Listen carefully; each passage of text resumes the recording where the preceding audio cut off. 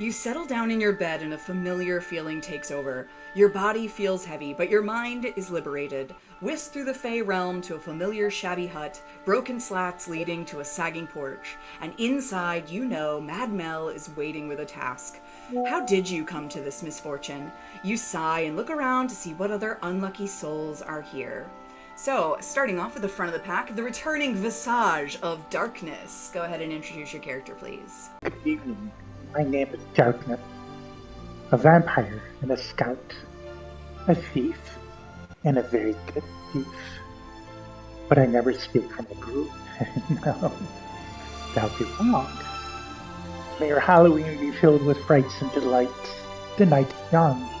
The blood fresh. But beware of the things that go bump in the night, like me. Or at least until the sun comes up. After all, there's more to life when you can't see the sun. Excellent. And behind Darkness, we have Emmerich Moonglaive. Go ahead and introduce your character, please. Yeah, behind Darkness, you see an elf. He is very young for his age, in a black cloak. Eyes are darkened. He looks thin, almost sickly. And you can occasionally see him talking to himself with one eye completely dark, but that's all you see for now. Excellent. Behind Emmerich, we have the new Visage of Kayoka. Introduce your character, please. She's kind of like peering around at everybody at the dock, and she'll just wave, "Hi, I'm," and she pulls out a book that's tied to her with a ratty string, and she flips through a few pages. No, Kayoka? Yes, I'm Kayoka. Hi, nice to meet you. Mel promised me candy, so I'm super excited to be here. We love to see it. And another one who probably likes candy almost as much. We have the returning Visage of Rose. Go ahead and introduce your character, please. Alright, well, Rose is a young girl, probably 10 to 12 years old, by your estimation. In a very lovely dress with a nice little hooded cape around her. She looks very unassuming and a little nervous. Excellent. And behind Rose, we have the returning Visage of HSBT. Go ahead and introduce your character, please. HSBT, otherwise known as Housebot. You guys see the moss-covered visage of this mechanical man as he strolls very nonchalantly towards Mel's. He's just happy to be here. Fantastic. And last but certainly not least, we have the new character, Venom Fangkiller. Go ahead and introduce your character, please. Venom Fangkiller is a humanoid spider who's adjusting his hair a little bit. If he was a human, you might think of him as a man with a man bun and spiritual tattoos and some jewelry. And before he can get ready to reveal himself, he's just making sure, oh my god, everything is okay. So let me turn on my camera. Just gonna zoom Yes. the screen in on... Oh! Oh yeah. Yeah, I can't see everybody's screen right now. I'm trying to bring that up. Oh wow! What is? He's in background, There's so many Busties. eyes. Yes, that's because he's a spider, humanoid spider, and he's a backpacker. So there you go. Fantastic. Okay. Love There to we see it. go. Good job. Yes. Excellent. So, And you might notice his eyes fall off occasionally. well, that's all right. We Yeah. don't have Critical Role money, so I think Okay. everyone will forgive us. Okay, so free movement, free actions. Head inside whenever you're ready. You find Mad Mel sitting at her desk. She's packing a bag, and her broom is perched next to her, ready to set about for the day. Mel, you said candy. I want... Please. Well, of course, darling. Don't worry. This is the night when all good little boys, girls, ghouls, and otherwise inclined get the very best of candy. And she, pulls out of her bag, a huge assortment of candy from all across the Fey realm. Take your pick, darling. Pam goes, two-hand double fists the candy and starts storing it away in her pockets under her cloak and starts nibbling on it like a hamster. Rose, would you I'm like making some, really- my dear? Like, distracting noises as she eats the candy. Rose reaches down, takes a small handful. Thank you. Anyone else? It is All Hallows Eve, after all. Time for all the good ghouls, boys and girls, to get a little trick. Maybe a little treat. I like to start with the treat first. When you're an adult, you can have the dessert before anything. Yeah, Venom Darkness will. will float a little vial of blood and say, I brought my candy with me, darling. Oh. Venom will take out a little bit of candy. Yes, Emmerich's unfortunately, Darkness, One I don't you. have anything for you, dear. I'm just happy to be here. Anything for the twins? Hmm? Emmerich suspiciously walks up, and as he does, one of his eyes kind of darks over. It's like, I don't know how she knew. It's fine. And then just takes one piece and kind of goes off into the corner. It's my job to know, darling. At any rate, today, you're not going on a quest for me. You're going on a quest for one of my valued associates, May Star. She's such an interesting talent. I promise she'll take very good care of you, because, well, I'm off to terrorize Quiet Haven on this auspicious eve. Time to make new contracts and cause some mischief. Wherever you need to go, and whatever she plans to have you do, don't worry. She'll bring you back here when you've finished. You promise to be very good, Hagsworn, for Maystar? Yes, ma'am. Nom, nom. There is no more candy left. She has eaten all the candy in one. Good is a relative Yeah, she's term. nodding, but she'll nod at Mel. Good is always a relative term, yes, of course. Well, I'll leave you in her very capable hands. Housebot, you might want to step to the side. That's where she likes to portal in. Well, I'll leave you in her very capable hands. Mel sort of jumps on her broom and darts out of the window. And you see, like, sort of a bubbling portal with black ichor and raven feathers and coal come up out of the ground. And from the center of it rises a figure in a hooded cloak. The cloak is ripped and torn like a burial shroud. The blonde hair sort of peeks out underneath a pretty ornate headdress with a crow's skull directly in the middle. And as the form comes together, anyone with a proficiency in history can have a look to see if they can figure out whom you're dealing with. Venom has a proficiency in history. Yeah, go ahead and give us a roll then. 10, which is not very proficient. Okay, so you recognize the portal at least. You imagine that this is a portal from the Sorrow-Touched realm of the Raven Queen, as Maystar materializes in front of you. Ooh, wow. You're so You can insert a round of applause. Hi, I'm Thank you. Kayoka. Hi. Hello, I am Maystar. I understand that you will be adventuring with me today on behalf of my good lady, the Raven Queen. She has informed us that you would like assistance. I would, in fact. May I please know more about you? I sense some sadness, some darkness, some memories, She looks directly at Emmerich Moonglaive and over at Darkness when she speaks this. And you see the emblem in the middle of her crown start glowing a little bit. And there's like a tendril like reaching out to try to pluck a memory from you. I think Emmerich backs up a little bit and is unsure as you see one of his eyes go a little bit dark. Please do not be afraid.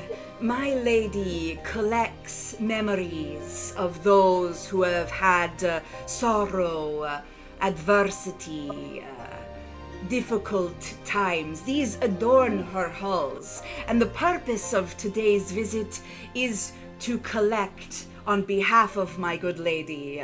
When I have filled this talisman, your work for me will be complete.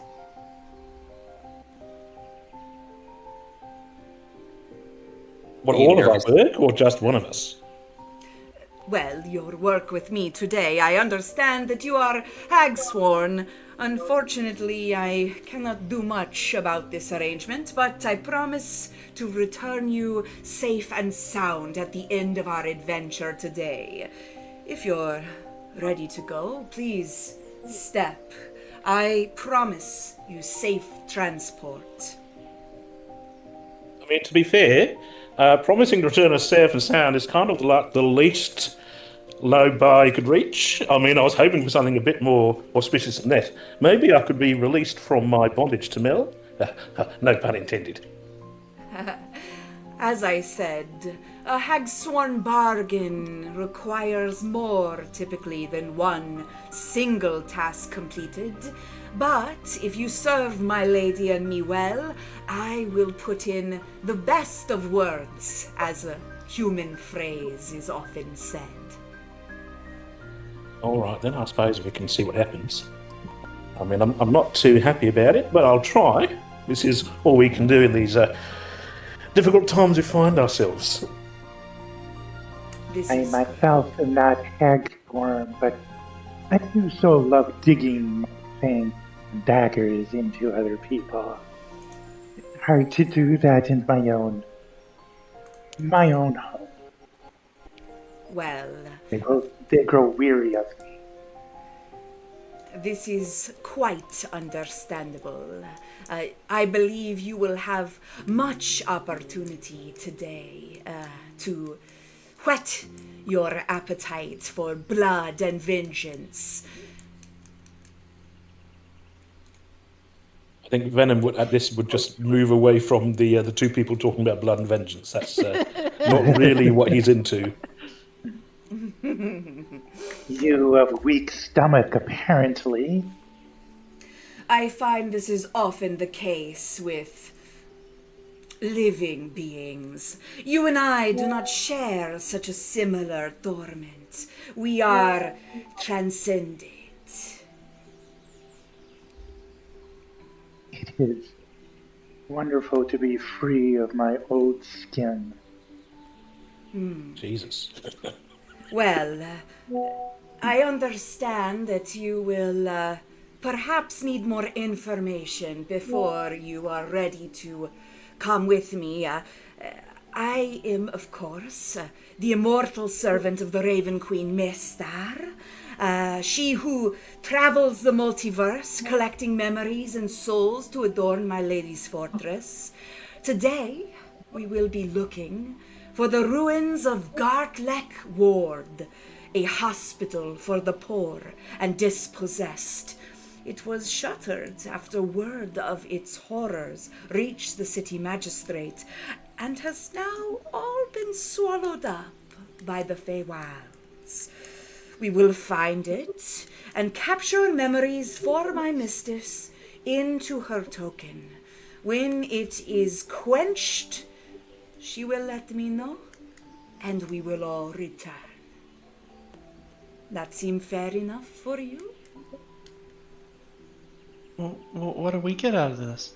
Well, there are certain to be trinkets, medical items, maybe even some research left You may have any of these things. My mistress does not care for the corporeal. Can you drain memory while I drain blood, or must you go first, milady? Oh, I take memories from the dead, so they do not need to be alive. Much to my pleasure. We will find many abjurations, abominations, and undead today, I am sure of it. Yeah, I mean, honestly, this isn't sounding like something I particularly want to be involved in. I prefer to deal with the living, and certainly one's holding a beer or two, or a shrimp, or a hot I know, dog. it sounds fun. Oh, Jesus. I'm excited. Okay, well, obviously yeah, right, okay. Well, I tell you what, you go ahead with the vampire and the crazy raven lady. I'll just stay at the back and watch what happens. They're not that bad. I'm pretty sure I've encountered worse.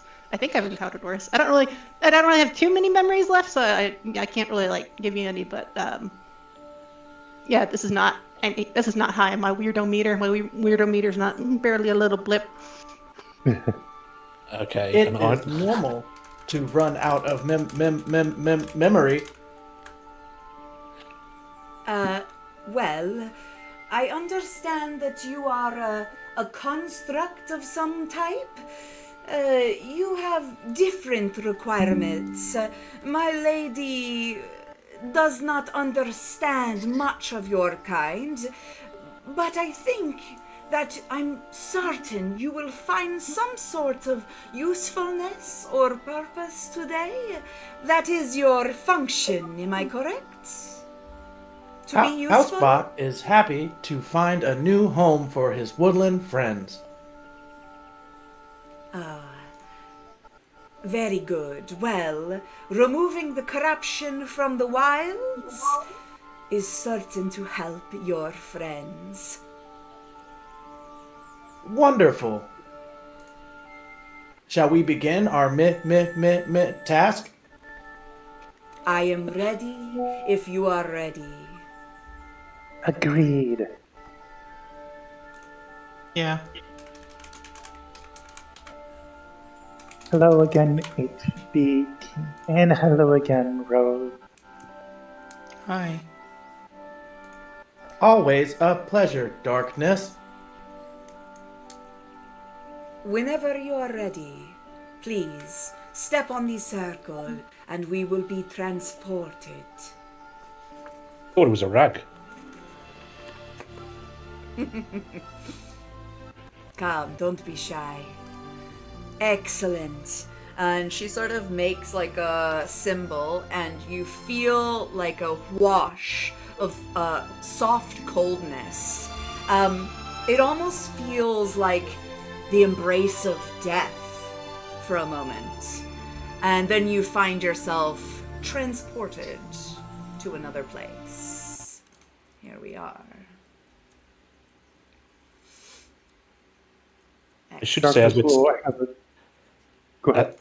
we're teleporting, that Venom is actually kind of mottled orange and red and brown, slightly poisonous-looking colours, like he's come from the dust, the southern part of the worlds, where you'd need to check your boots in the morning for creatures that nip at your ankles. Excellent. Nice. Well, you find yourself in wilds. But the Fey Wilds are usually a much more colorful, bright, and lively place. This seems dead. It feels corrupted. There are only a few plants clinging yet to life. And if one of you proficient in perception would like to make a check for me, I can describe where you do hear sounds of disturbance. I can do that. Ooh. That is Darkness not a will lot. smile, by the way, with the feeling of death washing over her.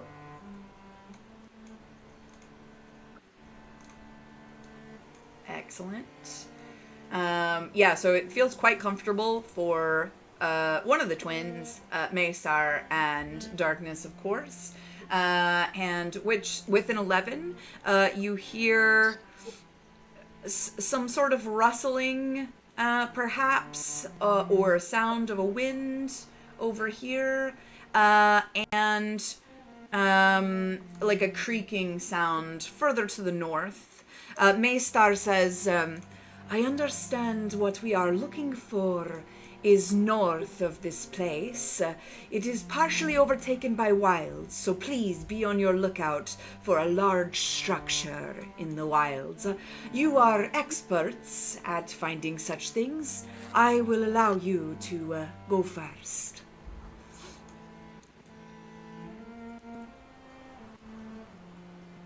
So who's volunteering to lead? Oh, right, the robot buffalo is. Okay. Off table is HSBT a buffalo? That's the what I saw on my icon, but maybe I wasn't zoomed in enough. Not quite a buffalo. He's much more butler-esque, but covered in moss and tree bark as opposed to a tuxedo. Got it. Thank you for clearing that up. As you walk forward, you begin to see more of the wilds. Keoka, you immediately run over to a statue. You can make a religion check if you like. Darkness was state of the shadows. I'm actually proficient at it, religion. Excellent. So with a 16, you recognize this as the Shrine of Eldath, a sort of minor healing goddess. And at the foot of the statue are a few worn penny, like coppers and silvers, dropped at its feet. It's covered in moss, and brambles come up the base of the statue.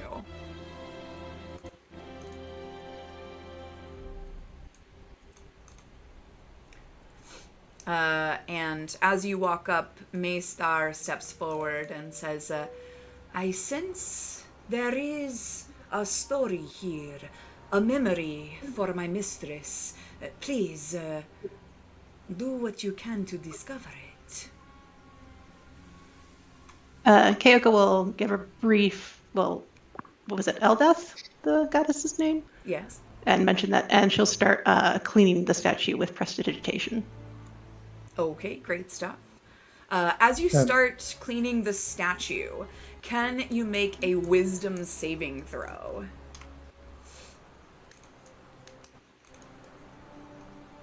Darkness will also offer up a gem in front of Karioka to the goddess.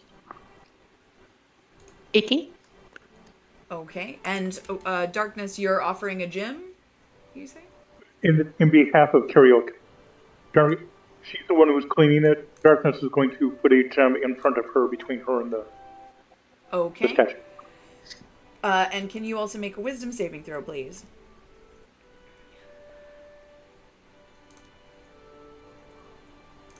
Apparently I can't. All right.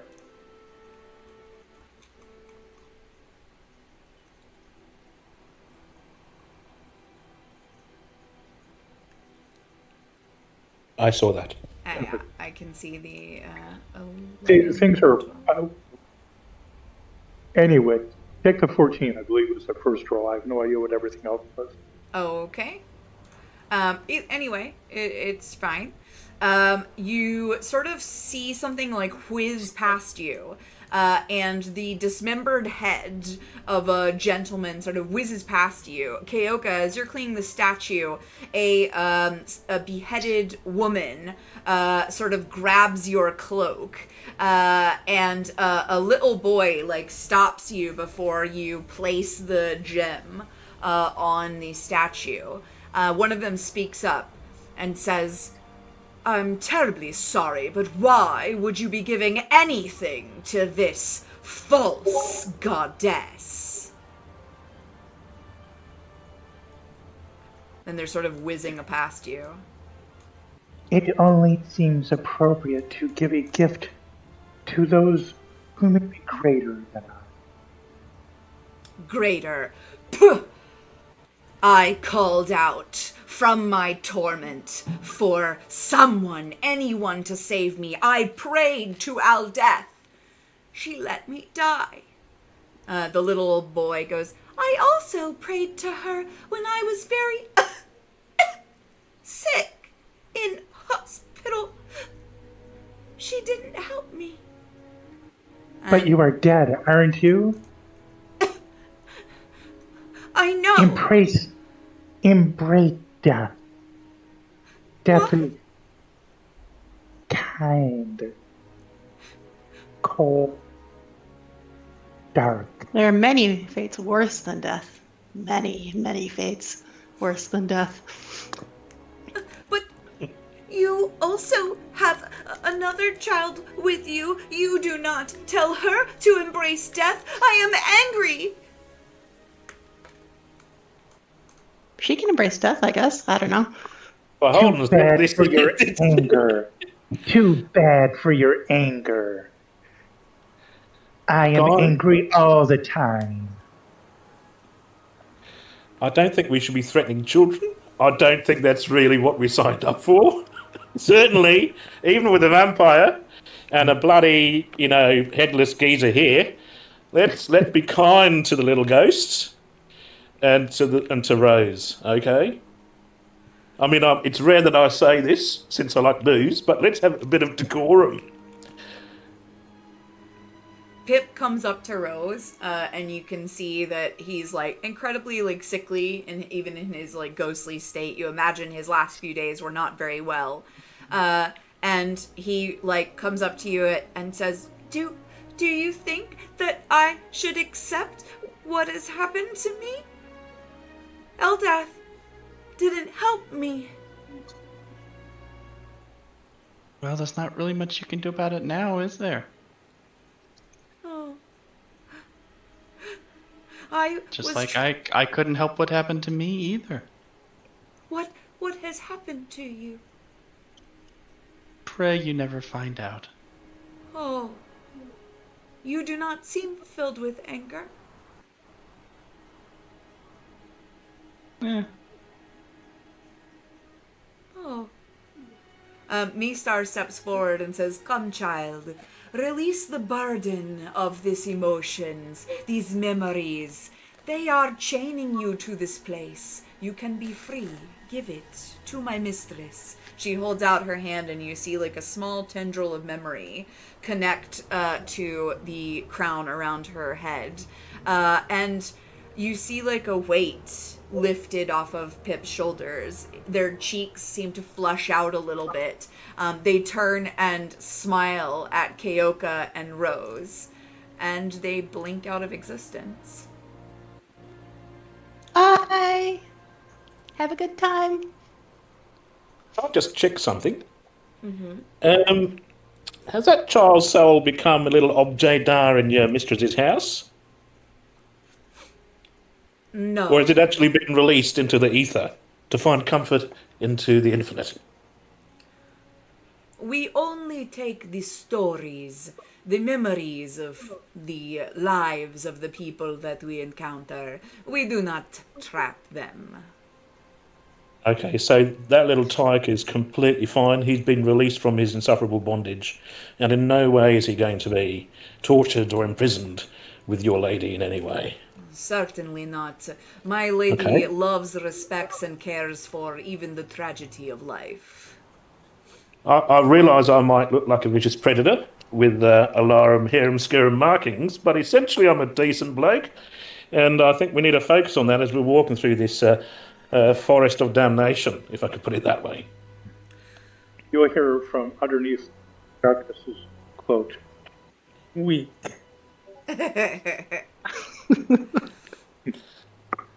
All right, love, whatever you say. The beheaded woman looks like she's trying to communicate, but she's unable to speak. It looks like her tongue has been ripped from her throat, and she is also suffering with an extreme gash to the side of her neck. She comes up and points towards Maystar, and looks to you all for some sort of guidance, instruction. Could I... Venom has comprehend languages. If he ran that as a ritual, would he be able to understand her gesticulations? Yeah, absolutely. Karika will try signing to her in common sign. Oh, if you have common sign, that would work too. Yeah. Okay, so would Karika like Venom to hang back while she signs? Sure. I just wanted to do because Karika has not met Maystar before. So can I do an insight check to make sure what she said about the soul being freed is true? Yeah, absolutely. Yeah, I mean, Maystar does not look like the most trustworthy woman in the world with the, you know, the makeup and the stings and the hair and the. It's not wholesome.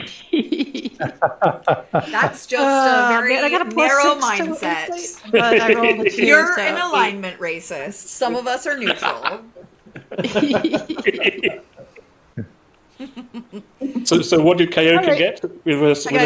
With an 8, I mean, it's hard to tell. She's from a different plane of existence. She's from the Shadow Realm. You know, her mannerisms are strange to you, but she hasn't said anything, like, openly false so far that you can tell, so... Okay, I'll sign to Uma. Do you want to stay here in this dead forest, or do you want to maybe try being freed by Maystar? She signs back, freedom at what cost? She wants to know if there's a cost to being freed. Kayoka will say to Maystar and the group. I find in places of deep corruption, the memories often tie beings to the place. When they are freed of the memories, they can ascend and leave this prison of their mind. That would be the cost. The sacrifice of the memory of what happened to this unfortunate woman, and she will be free to leave this place. Transcend. Sounds like a pretty good deal to me. Yes, I sense you may have your own story to tell. She, looks over for a moment and comes back, pointing. The amulet and the tendril starts to come out towards Uma. Uma, waits for Kayoka to explain. You forget the bad stuff. I've done that quite a few times, probably. It's worked out for me. Double thumbs up. She sort of nods, the flesh hanging lopsided on her neck, and allows the tendril to make contact with her head. The memories pulled from her, and you see the raven emblem glow on Maystar's forehead, and Uma disappears. Kieran, on the other hand, is like, I'm sorry. I'm not ready to give this up just yet. I really think people shouldn't give anything to this woman. She never answered me once. And in the 100 years I've been in this place, and I've expressed my feelings about this goddess, never once has she come to me.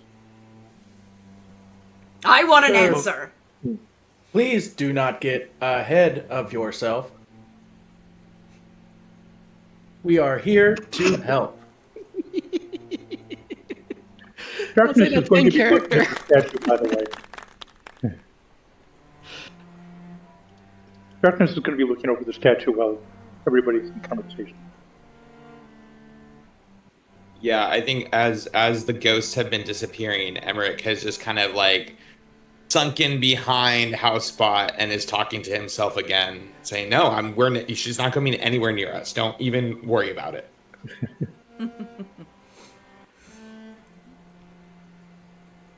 Karen is like, I'm sorry, I just... There's got to be something you can do to get me some answers. I won't rest until I understand why I wasn't saved. I did everything they said. I went to the temple on the weekend. I gave a portion of all my profits. I prayed morning, noon, and night. Being saved is just sometimes overrated and is just a roll of the dice, if it were. Gods be assholes sometimes. Ah, yes, gods be assholes sometimes. True. But you look like powerful folks. Isn't there something you can do to get me some answers so I can rest finally? Do you think maybe you did all those things because you thought you should do them instead of because you wanted to do them? Maybe that's why she didn't like it. Roll persuasion?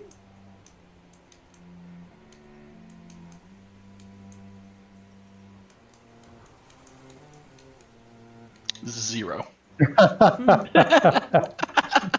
I'm not taking my religious advice from a child. What would you possibly know about my piety? I did what I was asked to do. What more should there Maybe be? she didn't answer you because you're a fucking arsehole. I mean, that could be an option as well if you're sitting there complaining all the time. Holy shit. Who asked you to do such things? This is Who? what I was taught from childhood in the village. By whom? By whom? By your village? By villagers? What, is there some deeper truth? If you were to look inside of your soul, how petty that may be for us, I, for one, am kind to be free of my soul, but if you learn your own path, then you yourself may have been your best student. To learn from others is sometimes wasteful. Then I too will roll persuasion. Absolutely. Alright, how about 22? I mean, a 22 is very good. It's better than a 0. So he sort of considers what you're saying for a moment, and is like, you know what? This undead creature like myself is making an awful lot of sense.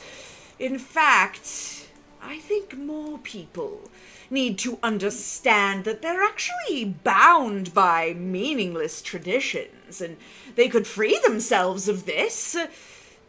Yes, they could free themselves of this.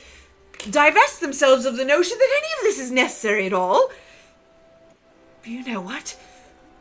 You're absolutely right. And you see him, like, sort of mentally straining. And you see sort of silver bonds appear between himself and the statue. And as he's concentrating, you see the bonds begin to fray. He is trying to self-actualize away from his his point of detention. Let it go. Find your path. Find your true path. Yes. Yes, sister, you are correct. I don't need you, Eldath. And you see Kyrian sort of like change. There's a gauntless anger, but a sense of purpose. He looks at you, Darkness. Thank you. You don't know how many people you've helped. And Kyrian pops out of existence, but in a slightly different manner to the others. You see him go with a poof of sulfur. I love your anger.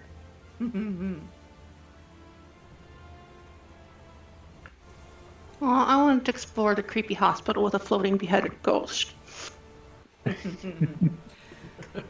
Maystar's like, I sense that we missed out on a story, but If you are happy with the outcome, I will not argue. Please, lead on, Hag Sworn. Darkness will again look for the statue to see if there's anything more worthy. Just offerings. I mean, you can take them Okay. if you want, Nope. or leave them behind. She put a note. She put an offer there. That was fine. Okay. Emmerich will say, before we go, I think we should just group up. And then I'm going to cast Pass Without Trace. Okay. How big is that again? It is 30 feet. Okay, 30 feet. And do. So I will roll another stealth. I take it. 1 second. Yeah, bonus to stealth checks. I figured why not. Get a free casting of it. Darkness is pretty good at stealth. Let me just add you to your token very quickly. It's easier to do it off to the side. Yeah, you thought you got away from Pass Without a Trace. Someone else has it. Though. I did think about it, but that's okay. It's all good. All right, you're all set, so that'll move with you. As long as Sure. you choose to concentrate on it. You guys can roll your stealth checks with a +10 advantage. How attractive is the statue? How attractive is the statue? Yeah. Like a 7 out of 10. Maystar is stone cold stunner. If I do say so myself, All right. Yeah, So I'm it's 30 talking about the statue though. So the statue's a 7 out of 10. Yeah. Um, She's an elf, so, she's an ascended elf, and they're usually quite beautiful anyway. okay, so can I run performance with a loot? As the others move on, Yeah. Venom is going to try to take his loot out and, like a guy at a party, play some reggae to the Oh my to God. the statue, I hate it and already. because he's a backpacker, so he picks up songs. He has beach songs to play. Oh my word. And he's going to try to see if he can coax something out of the goddess that nobody else could, as a kind of challenge to himself, like Okay. the beautiful woman at the bar. Excellent. So what would I need to roll to do this? He might be singing "Don't Worry About a Thing" or what else? I won't sing it in case there's a copyright strike and Yeah, also don't be do very that, bad. please. I've had to be careful of that. You know what I usually like to listen to, so... So what am I? Because I don't normally play a bard with an instrument. Do I need to use the instrument or what? Or I no, just- you just roll performance. It's fine. So it's a lie. I don't know. I think I picked the wrong thing. So performance. 7. Yeah. He's not as handsome or convincing as he thinks he is. Maybe the lie is slightly out of tune. Maybe he can't quite hit the high notes. If she was a woman at a bar, she would be thoroughly unconvinced by his attempts to woo her. Excellent. And also the Rose fact he's a spider, humanoid spider with 8 eyes, who's the colour of danger. Sorry, go on after Rose. Sorry, Rose. I would just said Rose winces at every wrong note you hit. I'm just checking these stealth rolls. Let's see. So, 30, 21, 30, 16, 25, 17. Yeah, it's all good. Oh no, that was your performance. Venom, can you roll stealth? Sorry. please? I got a I forgot to roll 15. one. I got a 15 when I rolled stealth beforehand. Or It's was that survival? that you rolled? Okay, sorry. That's alright. If it's the same, I don't care. I just don't know if you have different stats. 10. I mean, yeah. Okay, that's Does- 20. That's 45 for Rose. So doing fine. Gonna have to No, crank I this added the plus 10. It's DC. 35. Oh, okay. I was like, we're gonna have to crank this DC up into infinity. I was like, whoa, 35. What? How? I'm gonna have to look at the sheets again. Okay, great stuff. So, you come up to the ledge, and you're very quiet. You're careful with your footsteps. You see a lone wheelbarrow. The time has not been kind to it. The brambles and roots have grown up around it. Inside the wheelbarrow are about 24 human skulls, and inside the pit they are being tipped into, there are even more. You also see a number of crow's feathers scattered about on this ridge. Darkness will pick up a skull and she'll throw it into the pit. You Wants to see how deep it is. So you pick up a skull and you throw it in, and it's pretty deep. It's about 80 feet, you would imagine, to the bottom. And I'm just gonna roll a perception for something else because that is pretty stealth breaking. No, they're not paying attention. Okay. Okay. Darkness is going to crawl down the pit. You're gonna go down into the pit. Okay. Does darkness have climbing? She can climb the surface Yeah, or up she's there. got spider climb. She's a vampire. Yeah, so you go down into the bottom of the pit. It's pretty much pitch black. The skeletal remains look to be quite old. There, you can roll an investigation to see if there's anything else of note down in the hole. She can do just a little light spell. Go ahead and see by, but let's go ahead and do. Do you do a light spell? I do. Okay. So the moment that you light up the hole, you hear a horrid cawing from up ahead, like up above you. And you see a pack, a cacophony of crows. They are centering in on the hole, and the light and movement that you've now created down there. It's going to be for everyone in a 30-foot radius of the hole, which I think is everyone. It's going to be a DC 13 wisdom saving throw, as this swarm of crows descends upon you, and there's a loud cacophony of bird calls. It's overwhelming, and they are rushing down into the pit to attempt to feed. So it's DC 13 wisdom saving throw for every member of the party, including the lovely Maystar. Allow me to do that. She's okay for now. I have a wisdom of 0, which is understandable, but I can. Forgive me, I'm trying to find this. I've got a thing where I can add half of a proficiency bonus to ability checks you make that uses a skill proficiency you lack. Okay. But is wisdom a proficiency or not? It's not, is it? No, it's just a stat. It's just your normal saving throw for your normal abilities. Oh, bugger. I have advantage on wisdom saving throws, I think, because of my Yeah. race. Okay, so wisdom saving throw. You can't really see it. Okay, it's just hood cloak with the face.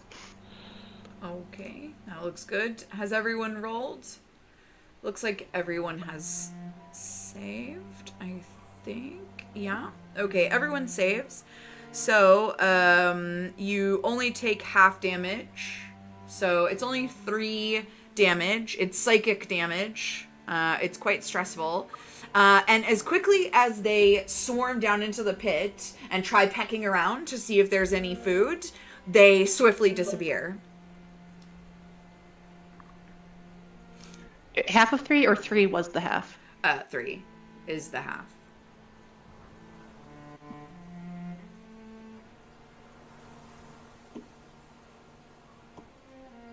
Rose winces at this and kind of sits down and is closing her eyes, is trying to control herself. Maystar steps forward and she's like, "Do you think that there is a story here, a memory.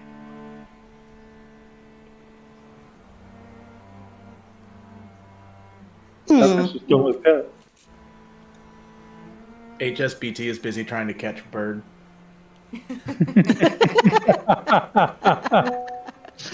Oh, You can certainly try. You can make a dexterity saving throw, see if you can grab one before it buggers off. I would absolutely love to do that. And that is a natural 20. Excellent. yay! Yeah, you grab a little crow. It's like a necrotic, disgusting, sulfurous hell crow. What do you call a little crow? Awesome. HSBT is just holding on to it, just petting it gently. Excellent. Off table, the puppy has got very big in the intervening year. Oh, he's my gosh. massive. Yeah, he likes to join whenever I play D&D, so he is like in the entirety of my lap. I know. He turns I one remember- tomorrow. Oh, that's amazing. I remember when you just got him and he was nibbling things. And, So big. Oh my gosh. Yeah, he's like 70, 80 pounds, something like Oh that. wow, Jeez Jesus. Louise. He was such a little baby. Yeah. Oh my gosh. Okay. Right. Are we doing anything else in this location? HSBT has a little tiny necrotic eye crow. Grabbed it. Okay. Let's see Did we how. resolve the investigation check that Keith or that Darkness did down in the bottom? No, because he did light and Oh. it made other things happen. Yeah, so you just find in the very bottom of the pit a bird skeleton covered in runes. Darkness will scoop it up carefully and climb back up. Excellent, yeah. Kayoka's picking up a skull, kind of shaking it. Nothing happens. If nothing happens, she'll put it down and grab another one, shake it. No, as long as it doesn't go in the pit, nothing happens. I Are feel we like looking I've for been. more treats? I feel like I've been lumped in with people from some kind of remedial class somewhere. How dare you? This is a safe space. As Darkness climbs out of the pit, there's like a tendril starting to form from the artifact to Maystar's crown. She like holds out her hand. May I? Of course, mistress. She allows the connection to form. She goes, as I suspected, hiding the remains of their atrocities using magic. Summoning the crows to pick the flesh clean so no one could see their terrible experiments. We are on the case. North, I can sense the connection. It is strong now. We are not far. And her little helmet, or her little amulet glows a little bit with that memory. Is this an item to be kept? It's just a talisman. Oh, okay. All right. It's not like a usable party item. Party, party, party. Exactly. Okay. As you head up, you start to see through the branches and the brambles a sort of Victorian-esque building, partially swallowed up by the wilds, but in pretty good condition. And inside you still see flickering candlelight, and peeling plaster, the suggestion of iron beds, and you can almost smell ether, mildew, and blood on the wind. And you find yourself in front of Gartlock Ward.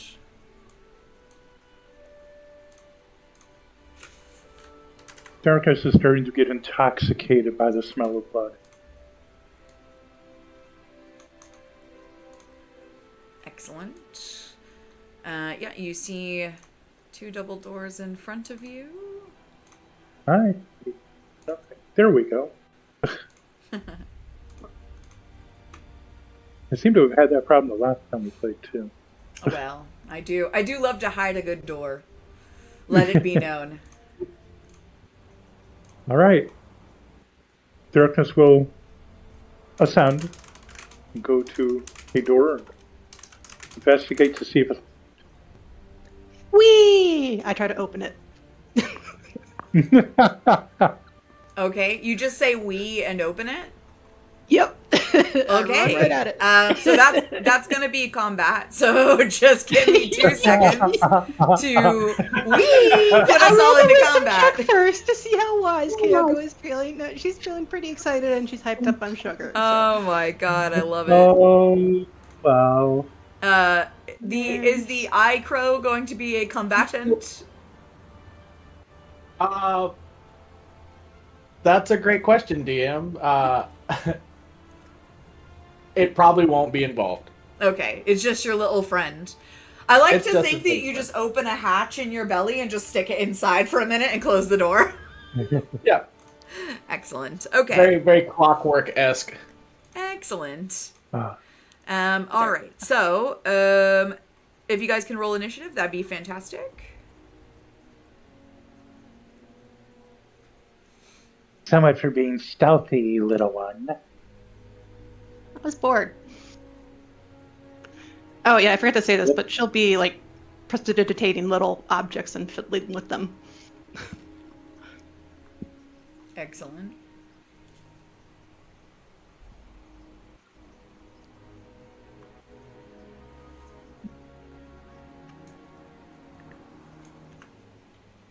I like arms disappear.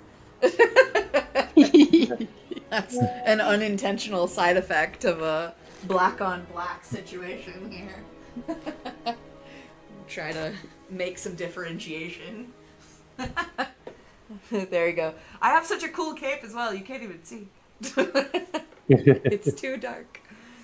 Oh well, just imagine. Imagine how cool it is. Alright. Right, has everybody rolled their initiative? Hyoka, Emmerich, Venom, Darkness, HSBT, Rose, yeah, that seems fine. Okay, great stuff. So, you slam the door open. And inside is exactly what you would expect. A functioning looking medical facility, except it's definitely in the realm of the uncanny valley. Here we go. And as you push the door open, a nurse with a porcelain mask goes shh and targets you with a surprise attack. So then we'll go into standard rounds after that. So it's going to be... can you make a dexterity saving throw, please? Ooh, I'm All not of good us? at those. Okay, No, okay. just Oh wait, that just was a Keoka. dexterity check. Oh, never mind. It's the same thing. It's +1. 14. Okay, so you see, like, as she goes shh, her like finger like pushes out towards you to shush you directly in the face. She's gonna hit you with Tentacle Lash. You will take half damage and avoid any other horrible conditions. That is 5 as the half damage. And that is the end of the surprise action. And it's top of the round. We are going to Darkness. So you see Keoka, like a sort of ghostly looking white pale finger come up, shush her, and she takes some damage. And I'm going to take it. Well, Darks will do the dash action to move over there to see what she sees. So there's a nurse at the desk. Yeah, so you see 3 nurses. The one at the very front of the desk is the one who targeted you.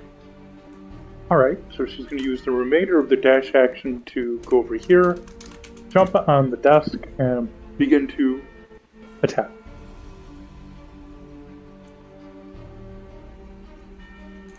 Okay. All right, so first we're going to do the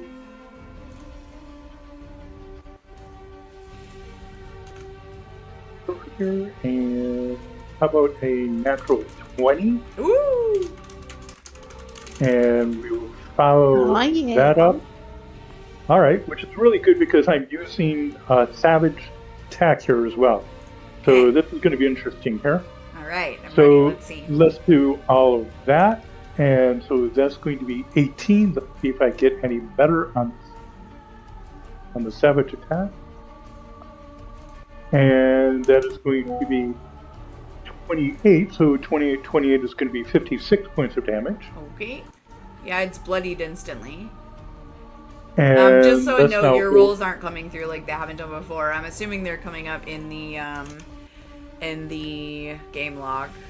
So I'm just gonna open Actually, that. and let's do the Dagger of Venom for a 26. 26 to hit.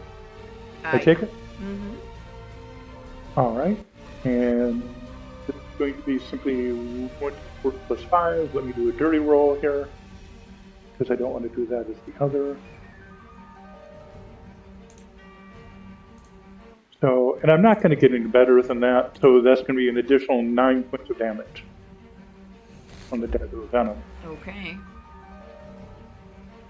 I can't better open the first. sheet because my computer's at its maximum system resources. So if someone can see the campaign game log, just make sure that you're seeing the same thing. Yep, I have it pulled up. Cool.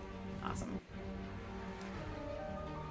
So it's 56 plus 9, which is going to be 65 points of damage. Okay, so darkness comes up there, just instantly like digs your claws into the nurse. You rip their porcelain mask off of their face and just tear their head from their body. That nurse is dead, homie.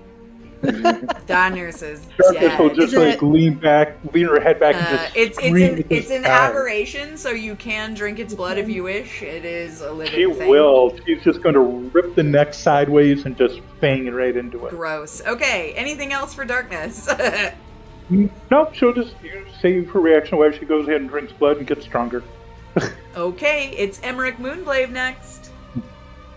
Oh yeah, Emmerich again starts talking to himself. So okay, fine, just join us. And then as he says that, you like this kind of darkness emanates from his body, and to the right next to him, a visage of it looks like him. It is. Let me find his token. His familiar, which is his brother. I don't know where I put it though. What happened to him? I tried to put him out. Anyway, let's see. Ulrich. I don't know how to add this because I hit the add You can button. drag and drop. Oh, there we go. Perfect. Cool. So right next to him, it looks almost exactly identical to him. Exactly, it is actually identical. It says identical twin brother, but in ghost form, and he is fighting beside his brother once more. That being said, I will do my movement. I have 35, so I will just kind of get. I can get right about there. Boom, boom, boom, and then I will have Ulrich do the dash action. He can move through other creatures and objects. Does that mean he can move through a wall as well? Yeah. Great. So that is going to be... how much is his movement? He has 60 feet of movement, so he is going to get almost to the other ghost. He's going to get right on this little guy. And then using my spell, I will cast on the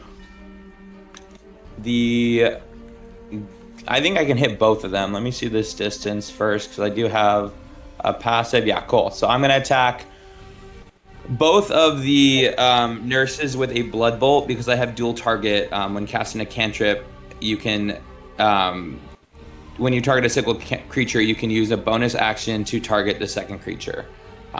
So I will fire both of those off because Ulrich was out the whole time. He was just invisible. So we have a 21 to hit and a 14 to hit. So they will both hit. Great. So let me roll the damage on these. The first one will be a 10, and the second will be a 11. Okay. Yeah, she takes it. And then I also gain temporary hit points equal to my proficiency bonus, which is 3. So I get 3 temp hit HP, and that will be my turn. Okay, great stuff. Love to see it. It's gonna be Venom next. Having to think about what I'd do in this situation. I suspect I would not get directly involved in the combat myself. I've avoided many a bar fight by staying in the corner and keeping my 8 eyes down. He will. I don't know if spiders can sidle, but he's just gonna he's just gonna move to the side. No, he won't. He will get stuck in. So he's got 30 feet of movement.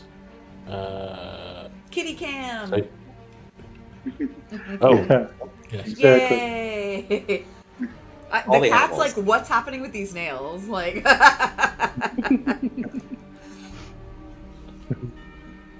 Can I get onto the? How high is the ceiling? how high is the ceiling? The ceiling in this building, because I can climb 30 feet. Yeah, I think you could. Yeah, I think you could get on it. It's like a So standard, 20-foot high Victorian sort of ceiling. So he's going to move forward. So he's 20 feet high. He's going to move forward 10 feet, then, which is about here, which is not very much, but he's now on the ceiling,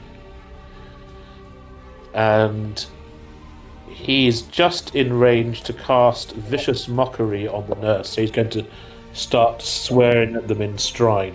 Okay, tell him. It's a wisdom of 11 saving throw. Okay. How close do you need to be to cast that one? 60 feet. Okay. So can I just encourage you to just scoot to the left just a scotch, just so you have like line of sight. Of course. And Thank you. then absolutely wisdom saving throw, we say. 11. Ooh, they are gonna save. They are quite wise. Okay. Yeah, so he's just stuck on the ceiling. Fine. I'll see if he can do anything.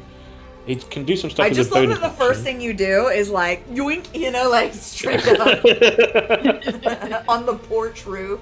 Yeah. No, that's all I can do at the moment. Okay. Anything? So that's it. It's HSBC next. Go on house spot. I'm gonna go ahead and move my 30 feet. And is this? Can I see them? Is this like a wall or is this a desk? It's kind of hard to tell. It's like one of those short walls. Do you know what I mean? Like what you use where you have like reception staff and like they've got like a working Yeah, okay. pool. Yeah, it's like half height. Yeah. Perfect. Then I'm just gonna look at the closest one and cast Frostbite. Mm-hmm. And that is a damage. I need to roll the attack.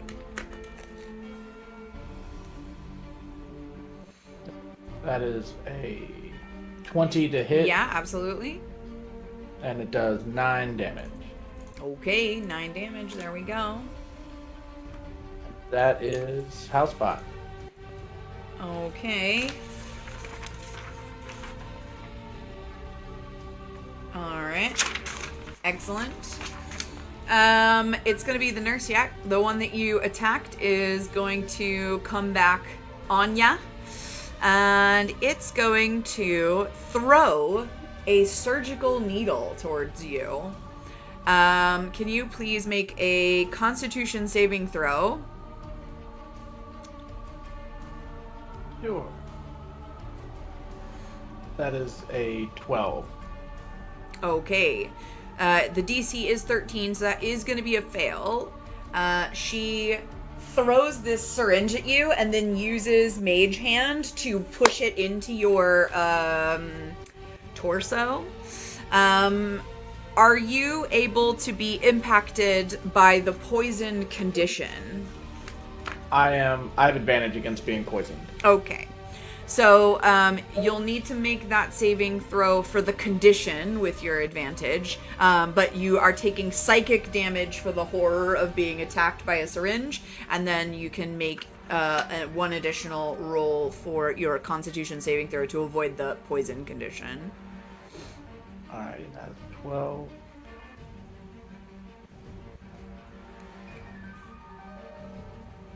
That was terrible. That was also a 12. Okay, yeah, so you're gonna unfortunately have the poison condition for an hour. Unless you take an antitoxin or something to that effect. So that means that you have disadvantage on attack rolls and ability checks. That's that nurse. The second nurse has not been hit by anyone yet, so she's gonna come up. Can Alark be affected by anything? He has resistance to acid, bludgeoning, cold, fire. He's basically a specter, so he has immunities to poison and he has a lot of things. If you're looking for something specific, I can tell you. Okay.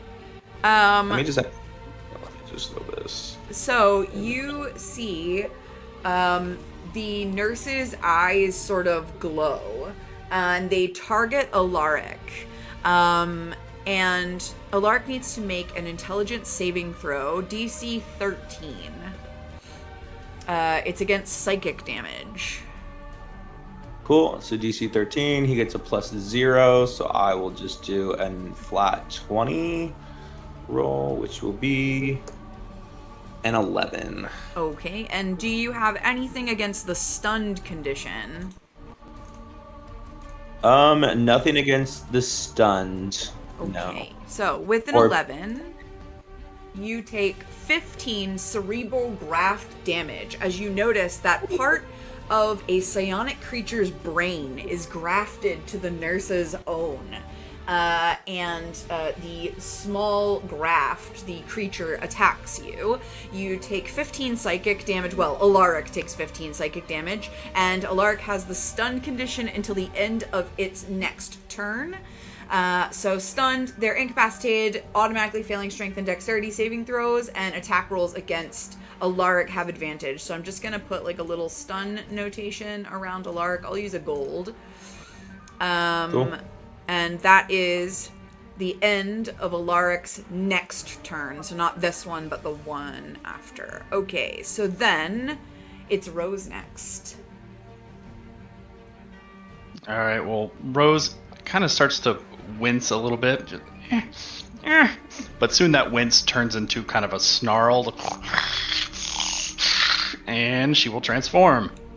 Excellent. Do you need help with your token? I just have to open the other sheet. Don't know if it added her or not. I'll do it for you. There you go. And guess she will. That was her bonus action. She will take the dash action.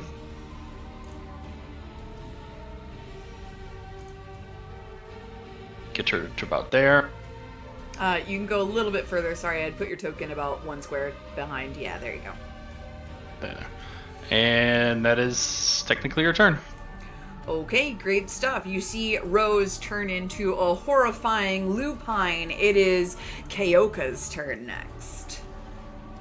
Case in point, she's Alright. still wearing the dress. I love it. I'm 50 feet. All right. So the nurse on the left. I'm going to cast. Where is it? Hold on. My phone is not showing me my spells.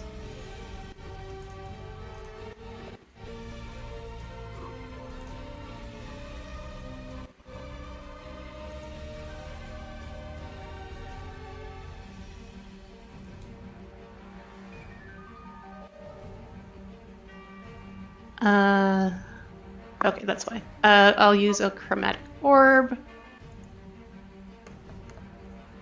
That'll miss. Okay. Excellent. Top of the round. I'm assuming that was it. Are you moving or anything? Yeah, I'm gonna move behind the door. Okay.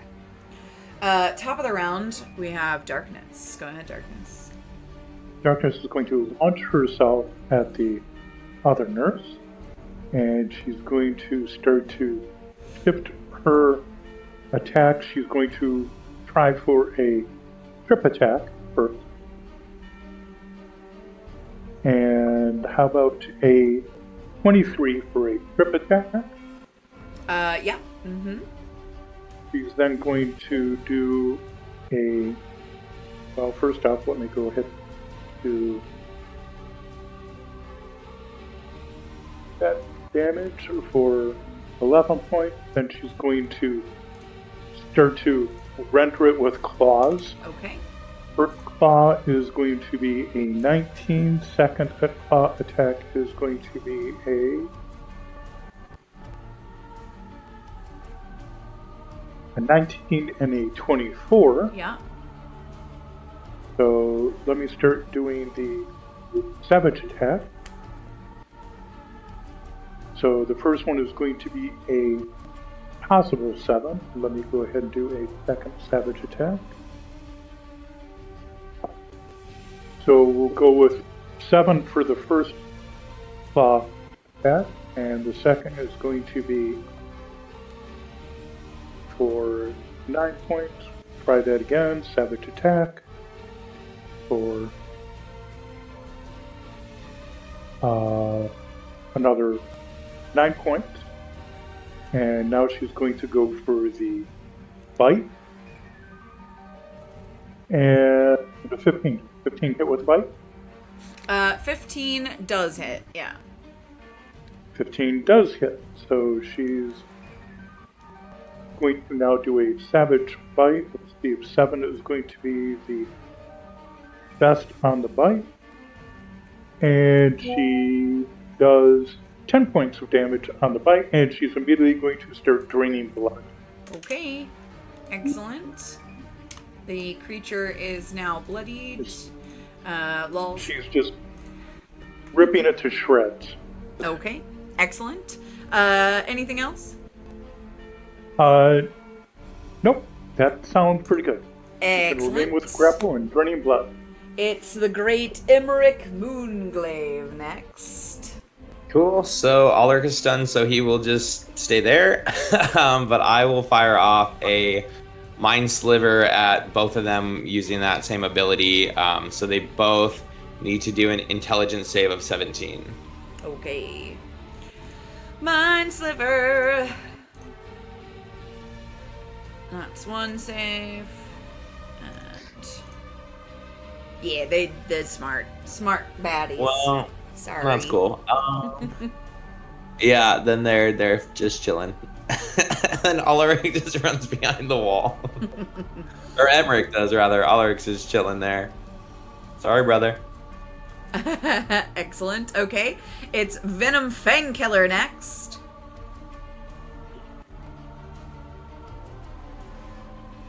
He will skitter across the ceiling. His sort of fake, meaningful beads and holy jewelry. Imagine a guy who goes to Thailand and just stocks I up do on stuff that imagine it. makes. Yeah, will make him feel spiritual to young women. He's pretty sleazy in his own way. He's going over here, and then he will.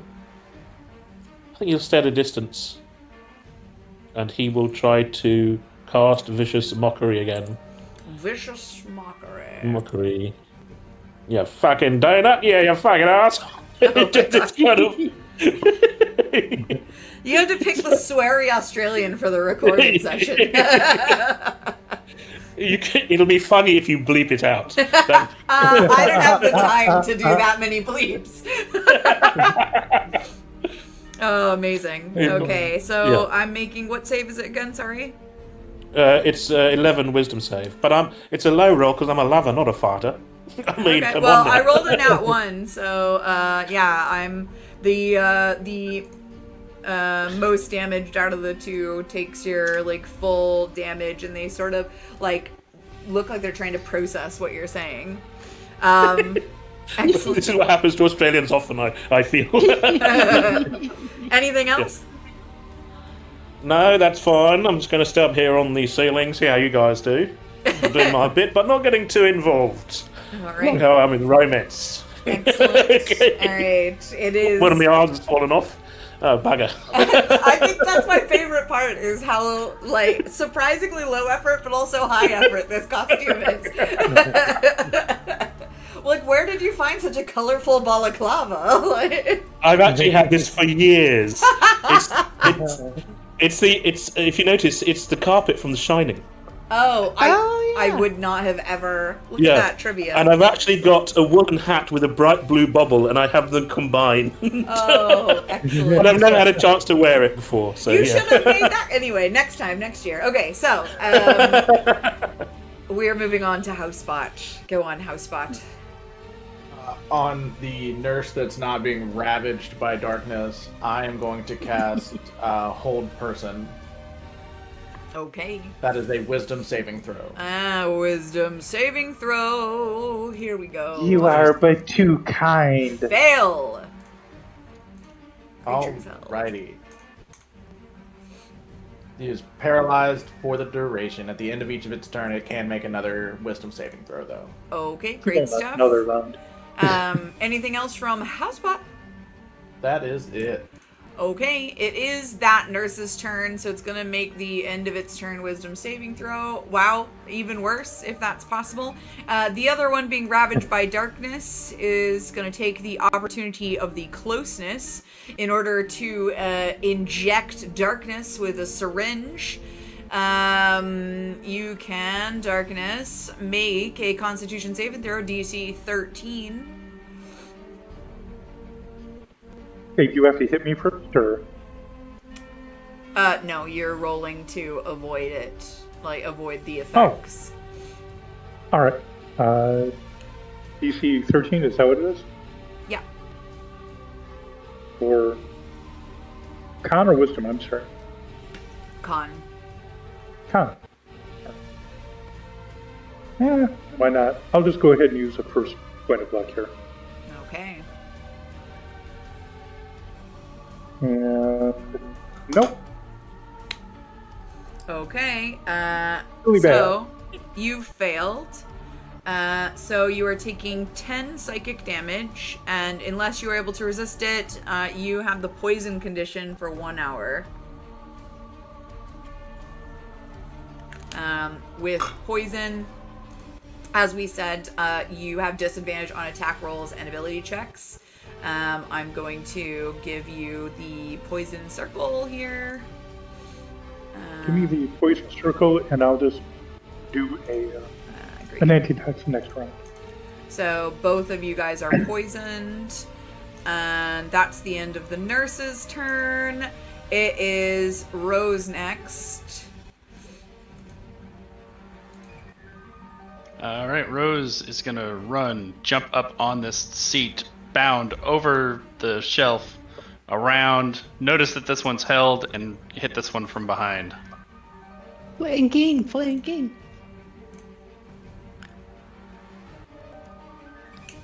Flanking, flanking, flanking. Dirty 20. Okay, yeah, all day. All day. All right, 6 slashing, and then one more time as her bonus action.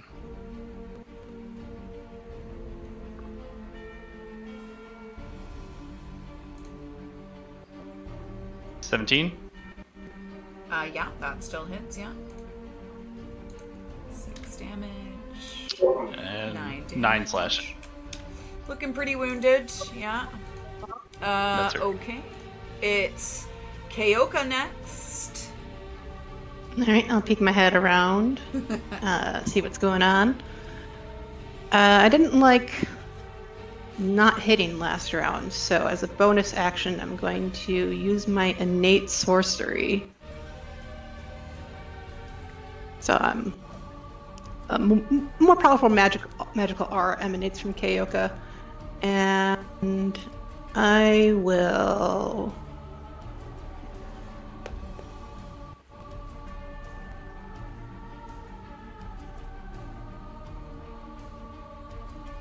I don't know. Oh, of course I have that. Sorry, I'm not familiar with the spell. I'll just attack the one being held with Firebolt. Okay. So I believe that's at advantage I haven't played because of sorcerer the in a really innate long sorcery. time. Innate sorcery.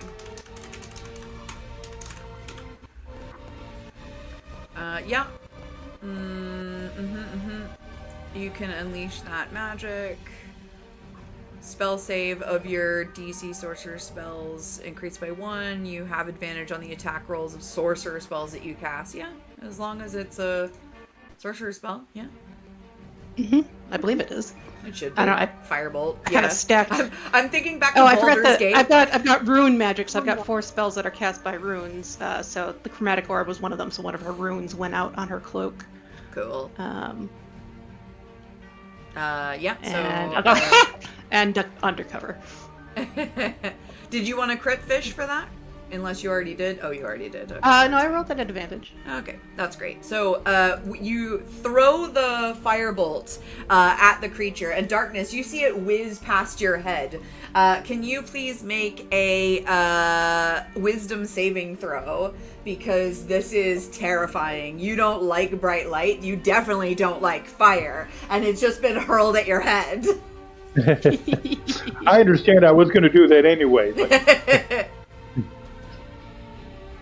All right, I fail. I will hiss and jump aside. Yeah, you've Breaking got to. my- You are now frightened because this nurse is immolated, and this whole area is on fire currently. That nurse is dead, by the way, but there are big flames licking up around that area. I'm just going to put a little representation there so that you remember. So this area right here is on fire. Okay, and then that's the end of Keioka's turn, yes? Yep. Top of the round, it's Darkness. So you are frightened. You can't willingly move towards the fire. And you have to use your whole movement to run away, but then you can turn around and make your attacks with disadvantage as you are poisoned. So I'm going to use this action. I'm going to start over here, and I'm going to take an antitoxin and try for an advantage on a reroll.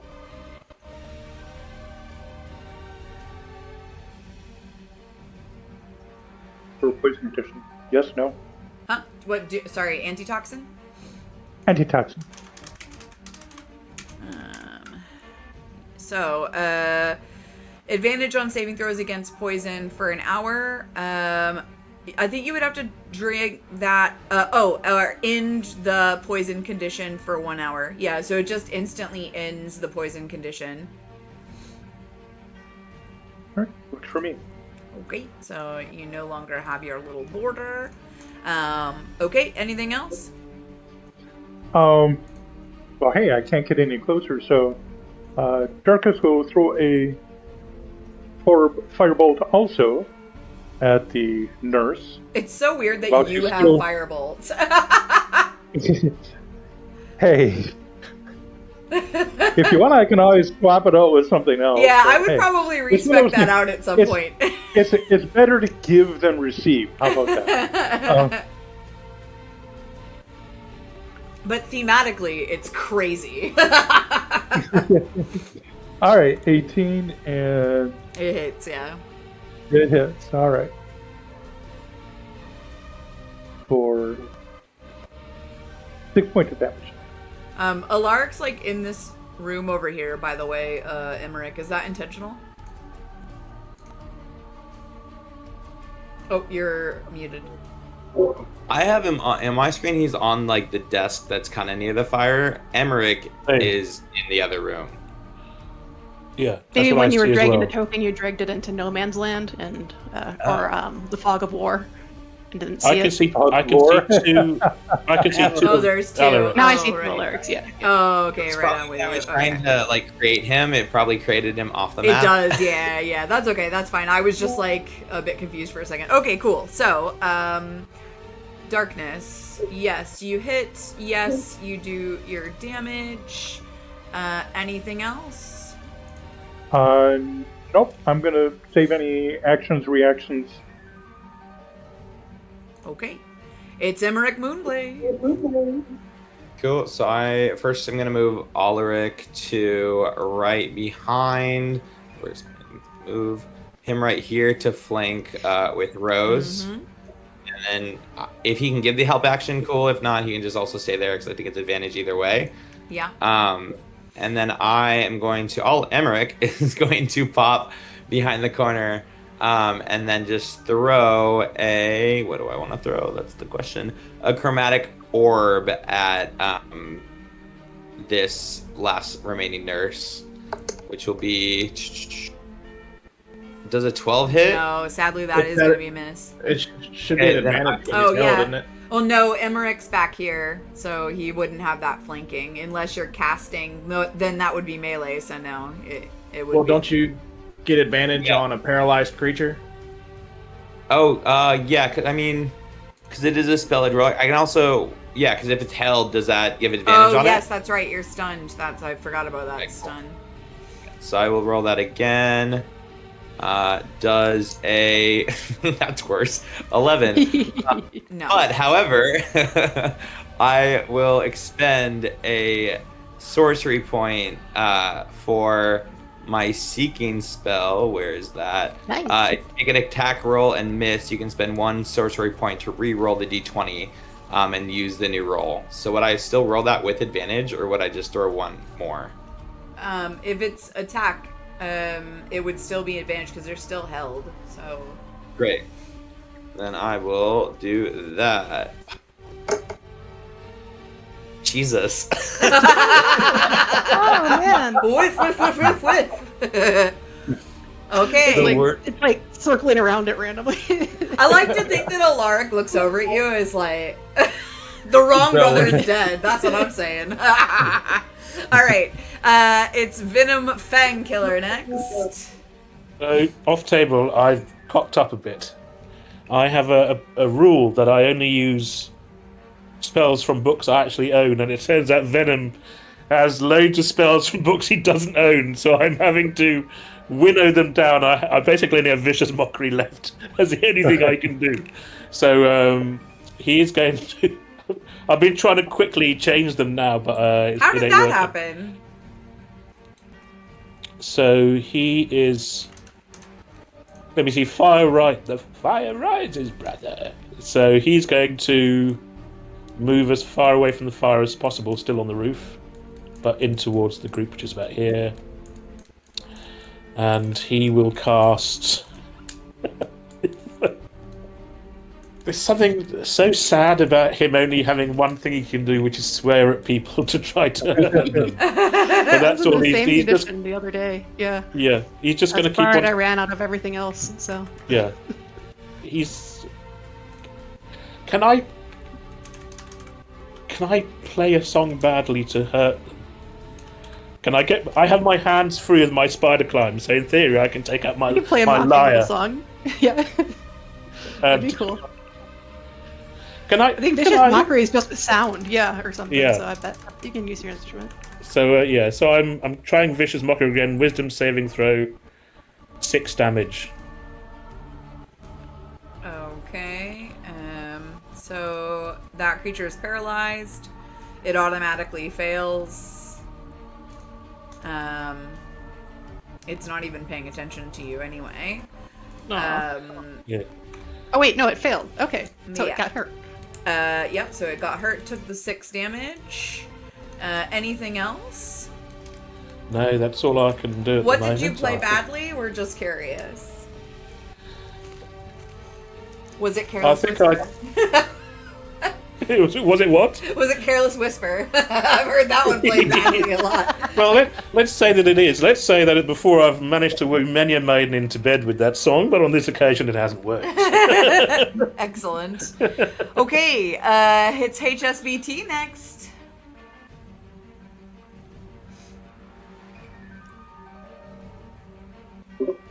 You're muted. Banana, you're muted. A 13. Sorry, I'm gonna cast We'll miss. Frostbite, and that's a 13 to hit. But you're rolling with advantage because it's like. But I have disadvantage because I'm poisoned. Oh no! So no, it misses.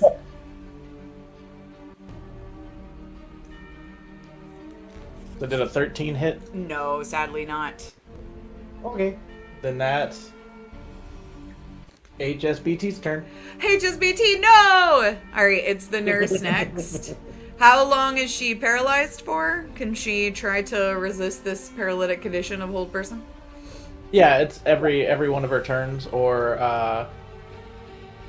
yeah, it's just Is it at the end of her turn or the start of her turn? at the end. Okay. Wisdom again? Is that... It's a wisdom of a DC 16. Right. Oh my god. Yeah! Oh my god. Alright, it's Rose next. Alright, Rose reaches her down to her furry arm and scratches it a little bit, and sparks start to fly off of her fingernails or her claws as she activates her Crimson Right, and she will take a strike at the nurse.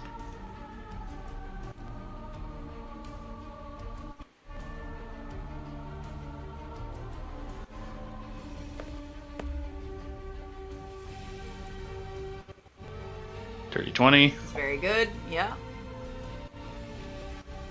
Oh, and the fire goes out. It's 6 slashing and 3 lightning. Okay, 6 slashing and 3 lightning. I mean, it's hurt, yeah. Yeah, and then Rose takes 4 points of damage when she scratched herself. No. Bless her. Do you get 2 attacks or only 1 attack?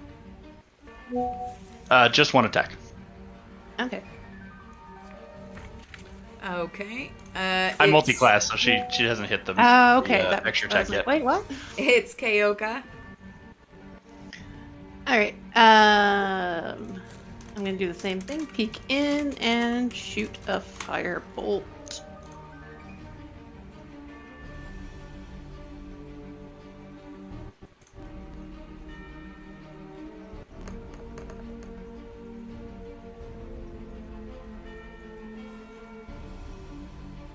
That'll hit. Okay. Absolutely. Hit.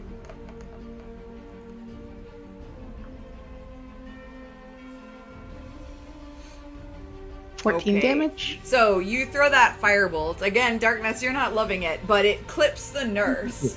And their outfit sort of bursts into flames. They're immolated underneath their porcelain mask. And their mask drops to the floor, and you are no longer in combat. Very well done. Careful, little one, with that fire.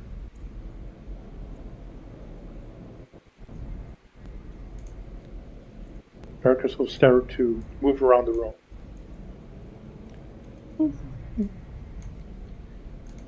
Darkness, do you have more antitoxin?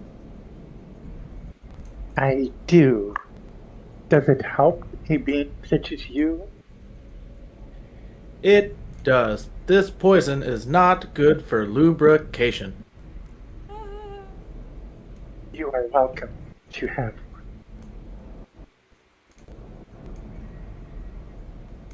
Darkus will pass one over to him, but she will continue to investigate the room. And instead of drinking it, HSBT kind of pours it over his joints. Use the antitoxin. Rose is just gonna kind of wander into this room. Okay. Still in your lichen form? Yep. Okay. As you get closer to that room, you hear like muffled crying sort of coming from behind a curtain. Can I tell if it's adult, child, or anything? It doesn't sound like a child because you are a child a lot of the time. All right, she'll just kind of say, "We got something over here."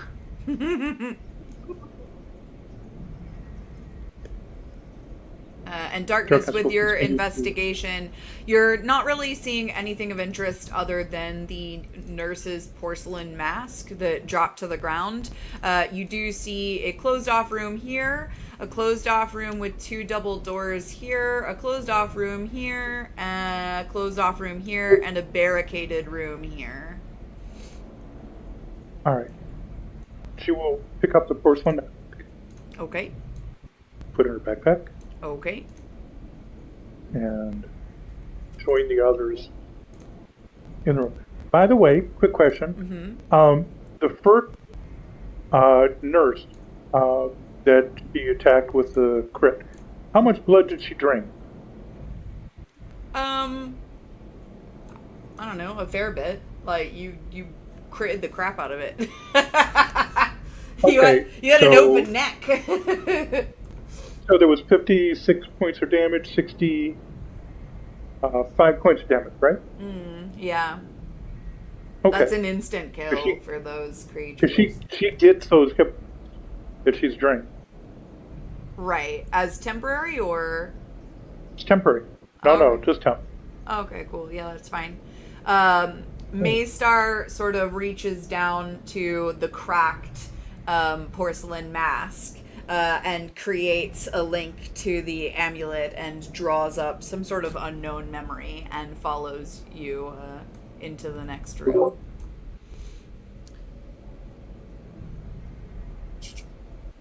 is Emmerich, gonna. oh, Go ahead, Emmerich. Go. Oh yeah, I was gonna have Ulrich go back to invisible because he can do that as a magic command, and then I was just going to Emmerich will close his eyes into the invisible Ulrich's eyes and go check out the crying. Okay. If that makes sense at all. Yeah, I see what you mean. Yeah, so you're bringing him like there, yeah? He's invisible, and I'm just gonna go use him to look at what that crying is. Okay. Kind of poke his head through the wall. All right. Rose I'll is gonna also kind of creep up and kind of sniffing the air as she does. send you a picture of what Alaric sees. Well, tokens, get out of my way. All right.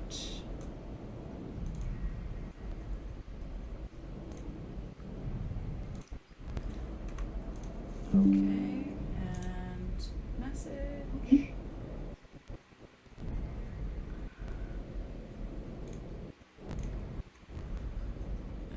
As soon as I can find you.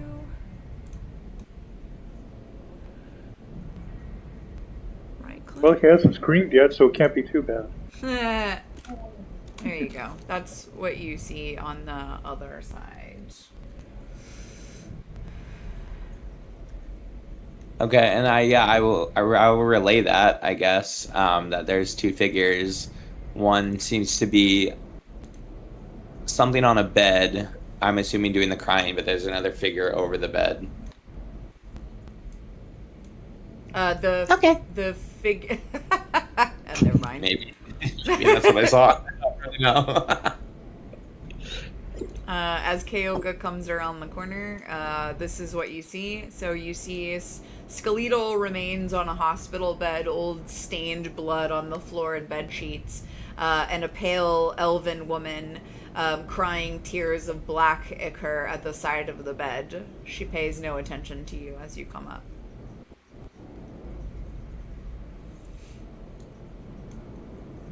Rose walks up close and starts to sniff her. Who are you? What are you? Don't bother me. I'm grieving. For what? These bones. These bones are my dear departed husband. Life will not separate us. Love binds us. If only I could speak to him again. Ew, boys are gross.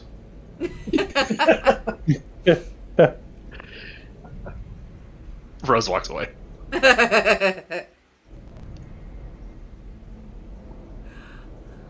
She's just continuing to weep.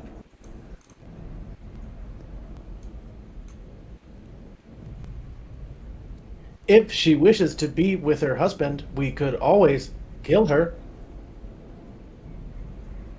I think she's already dead.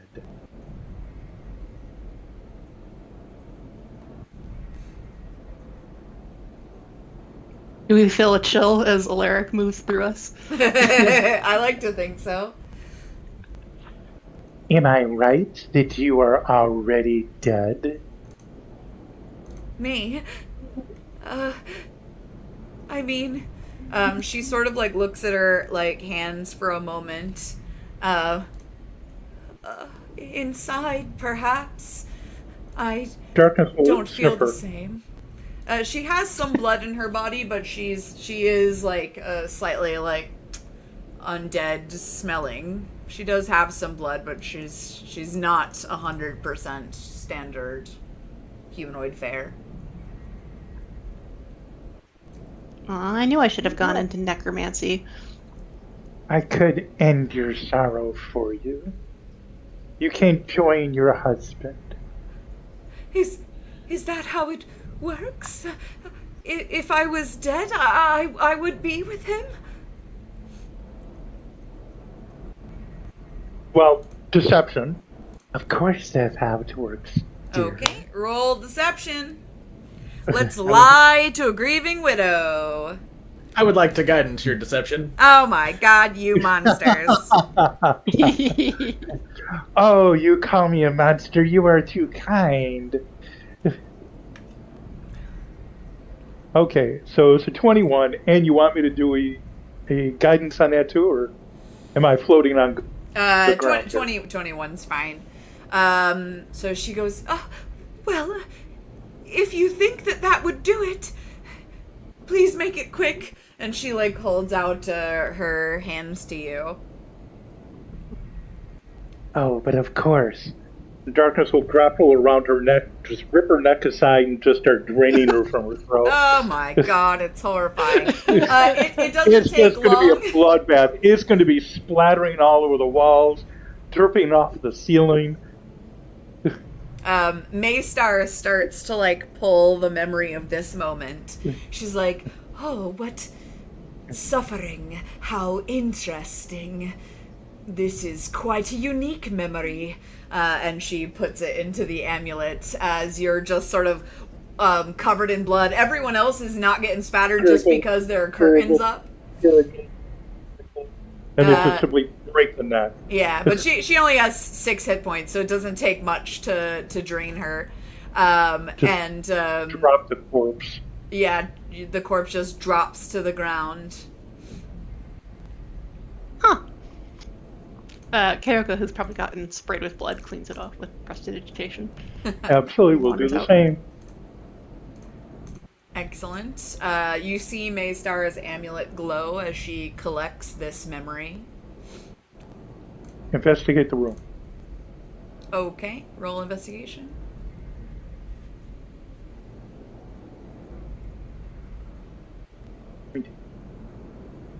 Okay.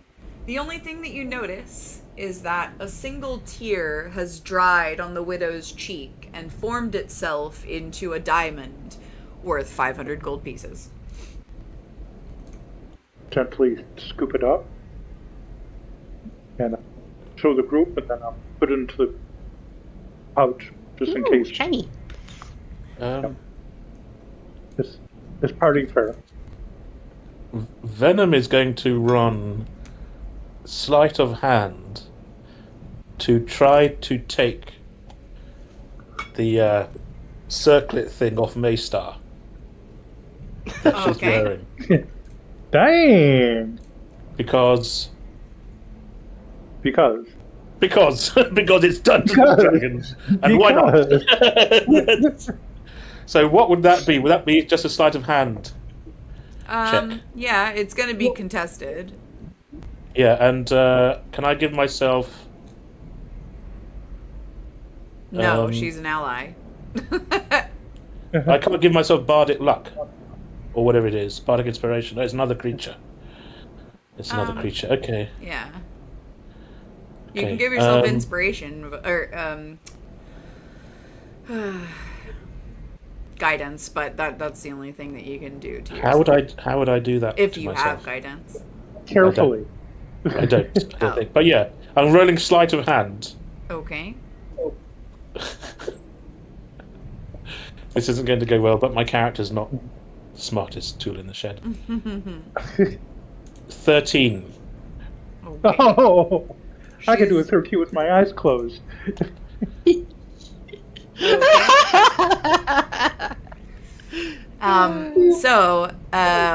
You as you attempt to take the crown off of her, you need to make a DC 16 Constitution saving throw. As touching your hand this close to an item from Shadowfell makes you feel a wave of weariness like you've never felt before. And you really want to save this, so if you have any way to avoid this by, I don't know, spending an inspiration or having luck. Yeah, I don't think so. Monk, unarmed strike, jack of all trades. Can I add a proficiency, half my proficiency bonus to a skill that I lack proficiency in? It's not a skill, it's a Mother Constitution Hubbard. saving throw, Ability. unfortunately. Yeah. Am I about to die? Because that would be fun, wouldn't it? Possibly. Probably. I will drain your blood, so I mean it won't be a complete waste. So what do I need to roll against? It's a Constitution saving throw, so let's just roll and then we'll go from there. 5. Okay, so you try to touch a relic from Shadowfell, right? This is a place so foreign to you. You instantly feel like a wave of weariness and exhaustion, like your body has never felt before. You will take damage from being that close to the item's aura. It's 47. Oh yeah, I'm dead. Okay, well you're not death dead. saving You're throw. just unconscious. Yeah. Yes. Wait, I'll. He may be unconscious, but don't waste the ball. So he's just unconscious on the floor. Maystar sort of steps back and's like, "I'm so sorry. I would have told you, don't touch items from my realm unless you are ready to commit to my lady." You guys can heal Venom up if you want. Yeah, I'll HSBT will cast Cure Wound. So that'll be 8 points of health. Am I awake now? With 8 points of health, yes. A waste of blood. Hold a second, I've cocked up the interface. It's giving me death saves. What do I do? You just have to heal yourself by. Oh yeah. Okay. I don't know why I did that. That was supremely stupid. It's okay. Okay. You gotta try. So thank you, mate. Listen, between you and me, I think she's a wrong 'un. Because she seems to delight in taking the worst memories out of people and sticking them in that kind of hat she's wearing. And I wondered what it was about. And you delight in taking things that don't belong to you. No, mate, I'm not a thief. I just wondered what was going on. Because she really liked... And he's going to go... he's going to start coughing and retching as he comes back to life. Just dry heaving. Mate, it's not good, mate, but I tell you what, there's something wrong with her, and I feel like we're being led into a bad place, and I wanted to find out what was going on. Of course, it's a bad place, or we wouldn't be here. Mate, I think she's even worse than you, and you're pretty horrible at its nails. So that's Thank what I'm you. thinking about. Yeah. You are too kind in your compliments. So as you come back to life, Yes. as you awaken Venom, you still feel that weariness stay Oh, with God. you. You have taken a level of exhaustion. Now, Yes. the way exhaustion works in 2024, you die if you get 6 levels of exhaustion, so I recommend not getting too close to her in the future. And whenever you make a d20 test, your roll is going to be reduced by 2 times your exhaustion level, which is 1 right now. Your speed is reduced by a number of feet equal to 5 times your exhaustion level, so you have minus 5 feet to your speed right now. And you can only remove it when you take a long rest or someone casts an appropriate spell like Greater Restoration. Okay. So I'll just copy that into the chat for your reference. And the annoying thing is, I've never done that before in this, but I was compelled. I think it's because there are going to be eyes upon us, and I wanted some dram. I love it. Do it. I think it's fine. Drama. Okay, great stuff. Free movement, free actions. Carry on. I see Alaric has gone to the door. Are you passing through the door, Alaric? Yeah, he's invisible. He's gonna go through the door and see what he sees. Okay, so I'm gonna send you a screenshot. Darkness will check the door to see if it's locked or trapped. It is locked with a simple lock. Cast healing word on myself. You certainly Am can. I allowed to? Mm-hmm. And I heal as normal. It's just d20 tests. That Yeah. Yeah. So whenever you roll a d20, it's -2 at the moment. Okay. No matter Yeah. what d20 you're rolling or for what reason. Thanks. I will relay that there is someone, and it looks like a test subject. It's some sort of laboratory. It seems like there's a subject and a scientist of some sort of matter within the room, but we are not alone. No fire, please. No fire, to my knowledge. No, but I'm good at the fire.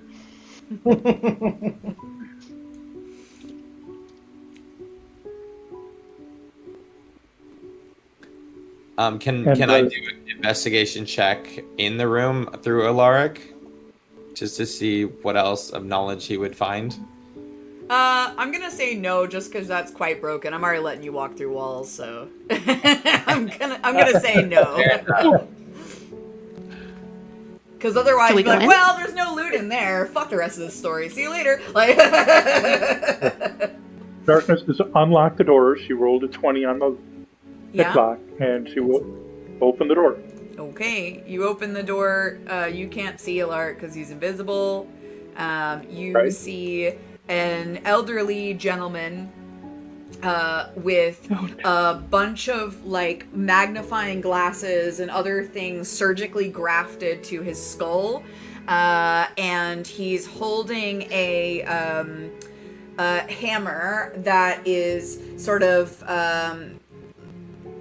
shaped like a brain to a certain degree, and he is looking at a skull, like crystal skull, and tapping on it in areas with the hammer in order to like dent the skull, and then like asking the creature questions like, do you understand more of your being now? I've altered the upper cranial section of your brain that was causing the malady before. He doesn't notice that you've come in. You see a large pile of discarded skulls on the table, all with varying types of dents in them.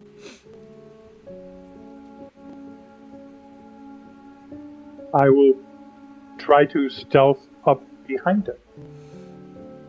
I mean, he's not paying attention to you at the moment. Yeah, yes.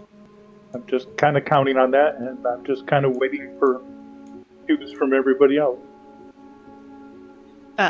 Keoka's signing at you. Kill him. Go. All right. Do it.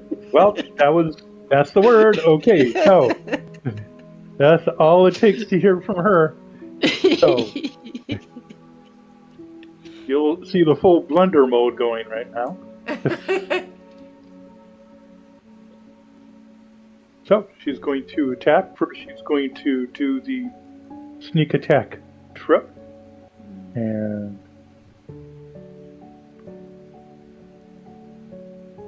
so 13 on a sneak attack, is that a hit? Let's see. Yes, it is a hit on the phrenologist. Alright, so first off we're going to do 13. Let's see if that is any better with a savage attack. So instead of a 13, it is now 20 points of damage. Then she's going to start rendering it with her claws. And I know that's going to be a miss, probably a 9. And she's going to attack again with her claws. And a 26, I'm pretty sure, is going to be a hit. Let's start doing the damage. Let's see if she rolls better than a 7 with a savage attack. And that is going to be another 11 points of damage.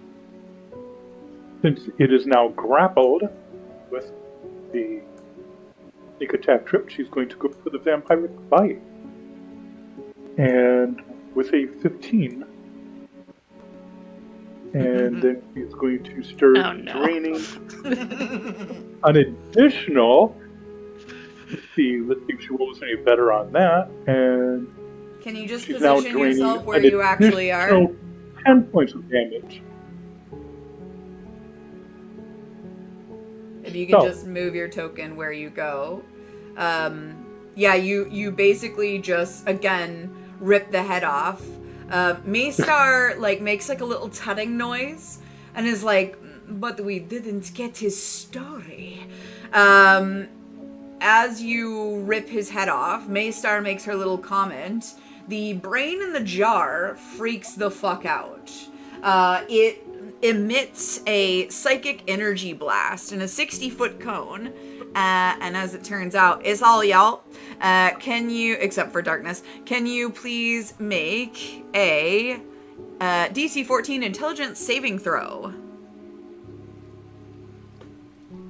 And Meestar will make hers as well. Intelligence saving throw.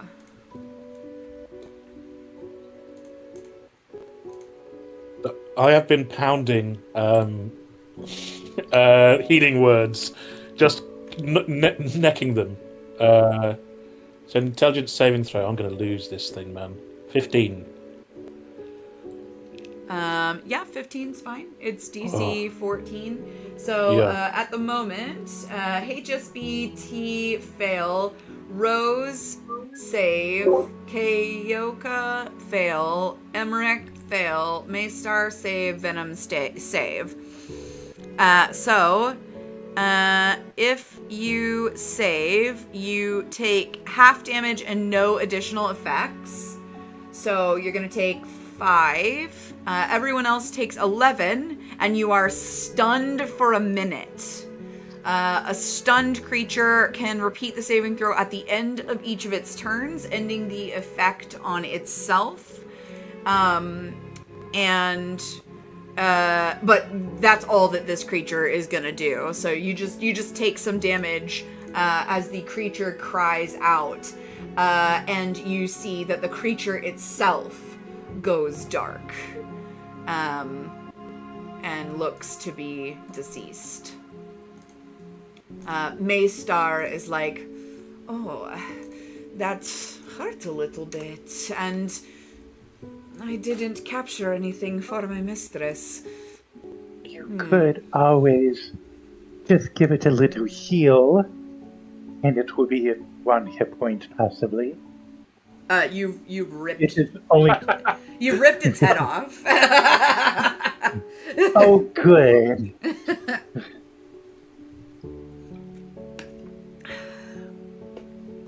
Okay, I'll make sure to talk to them next time.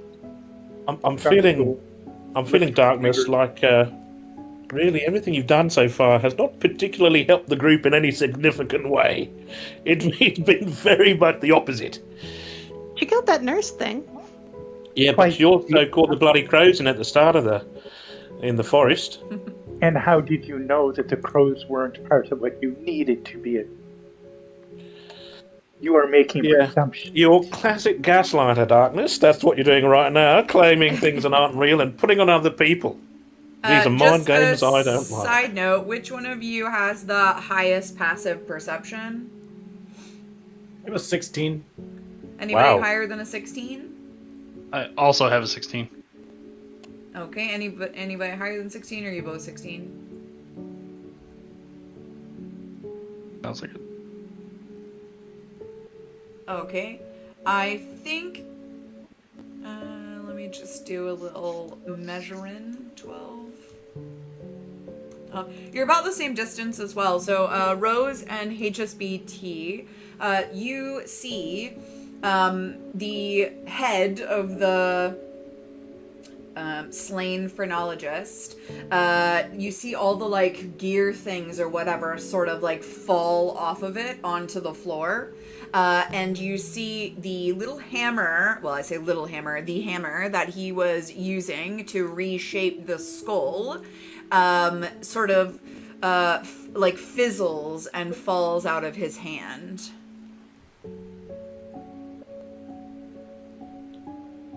Does it fizzle away, or it just kind of fizzles and falls onto the ground? As you have seen unattuned items sort of do in the past. Okay. I'll go pick one up. Investigate the headgear. Yeah, investigate the headgear. And the hammer. Okay. So you didn't see the headgear, unless your passive perception was higher than 16 there, Darkness. No, 13. Okay, yeah, so this is Rose on the headgear and HSBC on the hammer. Go ahead and roll your investigations.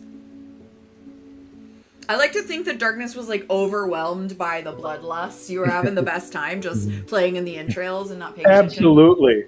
And she'll look at Venom and she'll say, "Blame the child," he said to attack. So HSBT, the hammer is some sort of magic life hammer, but you're going to need someone to cast Identify. Okay. Rose, it appears that this is some sort of surgically implantable device that changes an aspect of who you are. You can Rose just try to implant it if you wish. she kind of lifts it up to her nose and sniffs it and decides she wants nothing to do with it. She'll hand it to HSBT. Okay. You see there's like a little subdermal needle on the other side of the headgear.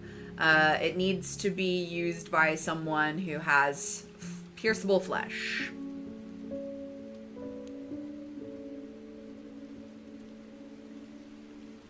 HSBT is just gonna hold it out towards Kaoka and Venom and Emmerich. I am incompatible. Venom has taken such a knot that he's now, for some reason, seeing HBST as a giant banana, which he can't explain. He wonders if other people see this too, but he's just... I love it. I was taking notes, so it's a needle of some sort? So it's like a sort of head circlet, and on the inside of both sides there are implantable subdermal like needles. So when you put it on, it's going to pierce your head if you have a head to pierce. Okay. If you don't, it has no effect.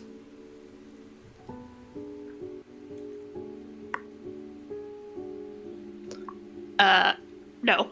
Even with a roll low. Venom is going... DC was like a 5. Venom is going to turn maybe to... you should carry it. How's Bot? Apologies. It looks dangerous. Venom is going to turn to Darkness and go, "Come on then, smartass," and point at me. I assume it can't hurt the undead, and you can't catch herpes from it either. Unfortunately, Darkness's physiology is incompatible with this item, as are Alaric's, as are HSBT's. And also, as you look closer at it, you see that it is sort of like counting down. You see like a sands of time sort of motif on one side. It'll be ineffective shortly. Rose just goes, "Oh, fine." She'll grab. Sorry. Oh, fine. She'll grab it, just jam it into her head. Okay, you jam it into your head. Let me open your sheet. One. Ow. Excellent. So, Rose's sheet. Let's get in there. View.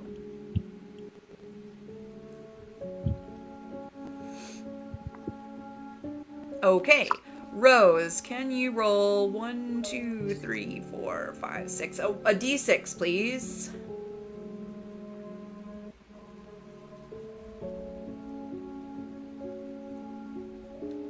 One.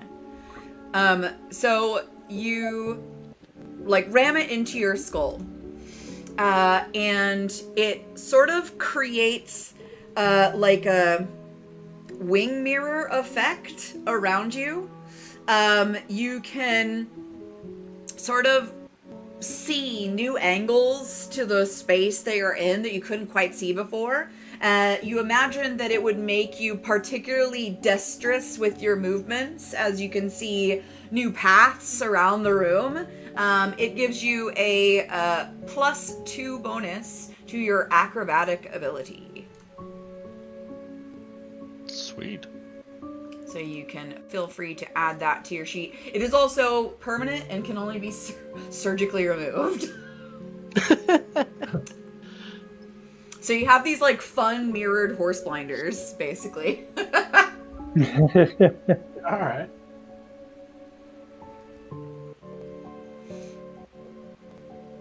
I will add that the psychic scream of the brain KO'd Alaric, so he is back within Emmerich's body at the moment. Oh, no. He's taking a little nap. Bless him. What would I run to kind of double check Mister's intentions again? To see if I could Insight? sense Insight? insight. Okay. Okay. Oh, you're moving faster than I can catch up with you. It's fine. You Give were me meddling 1 in second. affairs that may not belong to you. 21. A dirty 21, as people say. So as you look at Mistar, you sort of see the visage of someone that is operating under business as usual. She doesn't look alarmed by any of this sort of stuff. She seems relatively emotionless. She's the most true neutral person that you think that you've ever met.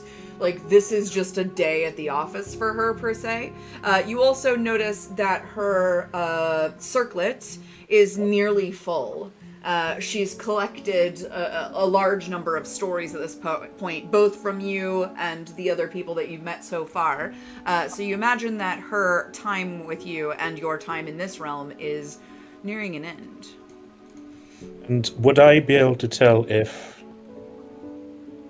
from my perspective, she seemed to be enjoying getting the worst memories of people, their darkest moments, and that's the enjoyment that I'm not sure about. I would say that is the perception of Eigengrau, but she has, as far as at least I have tried to portray, shown zero emotion about this at all. She Shadowfell or whatever. They just memories of tortured souls and things like that. That's just how things exist for them, and it's just the nature of their reality. They don't take any joy in it. In fact, they have no joy at all. So her alignment is true lawful neutral. She has no enjoyment, She has no feelings about this at all. In fact, she finds the fact that you guys are worried about her quite strange. Interesting. Thank you. Of course. Yeah, Rose she's is, very just- she's very Spock-like in her mannerisms. There's a barricaded door. Yeah, so there's a door. It is barricaded from this side with pretty much everything they could get their hands on. Slats of wood, bits of bed, bits of rope, whatever. Literally everything is pushed up against that door. Darkness will start to move things aside. Okay. Rose is enjoying her new implant and trying out her new skills by just bounding from bed to bed. Excellent. As you jump on this bed, you see a little dolly made out of corn husks sort of pop back up as you jump on the bed. Golly. I pick it up. Okay. It's like a little corn husk dolly with a sloppily drawn face. If you weren't who you were, you would find the visage sort of unnerving. Adults wouldn't like this. It's like quite creepy, but you know how kids can like love the creepiest thing? And so you, Rose, you're kind of unbothered by this. It's so pretty. Maystar You found goes, something? "Oh, I'm sure that this has an interesting story." And Rose just shakes it. Wake up! Wake up! okay, so as you shake the dolly, it looks at you with a blank stare. Can you make a wisdom saving throw?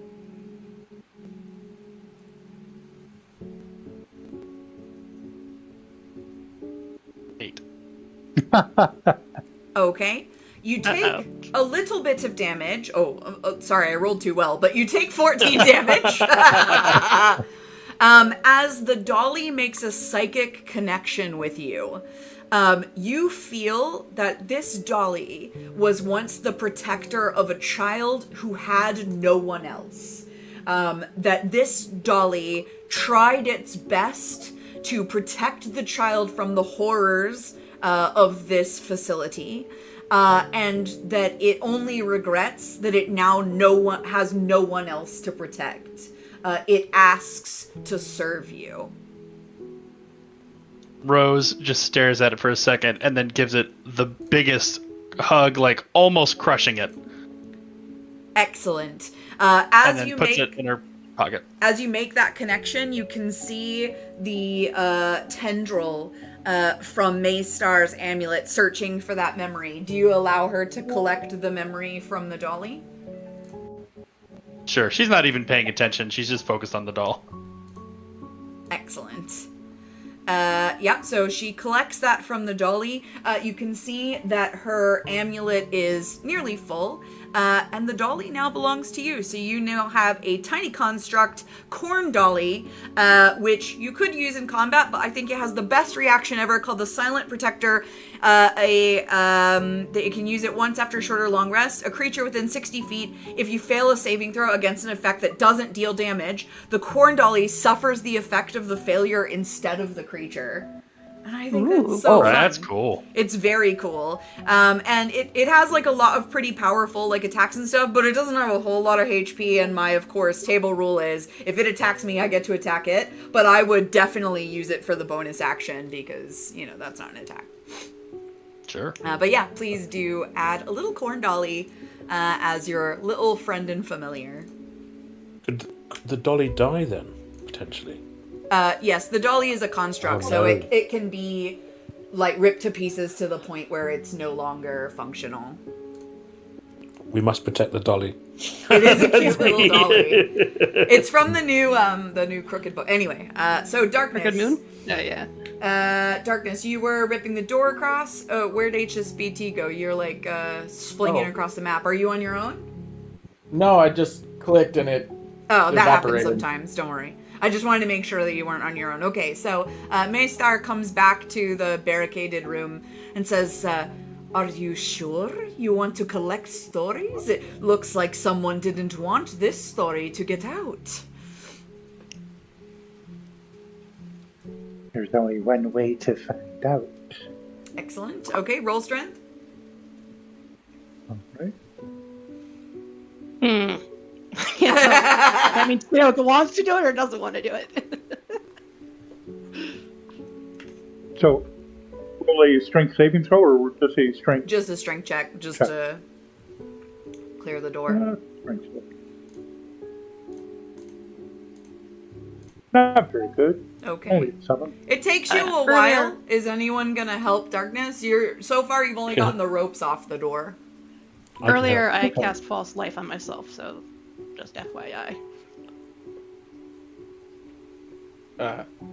HSBT would cast a Pillar of Force on the door and try to blast the barricade itself. To be helpful, of course. Yeah. Cast Pillar of Force. Okay, can you just tell me what that one does? Yeah. You swiftly stomp your foot, conjuring a pillar of wood or stone that thrust out from underneath your feet towards a creature, in this case the barricade. It does 2d12 bludgeoning damage, and if it's huge or smaller, it is pushed 10 feet away from me in a straight line. Okay, roll to hit, I guess.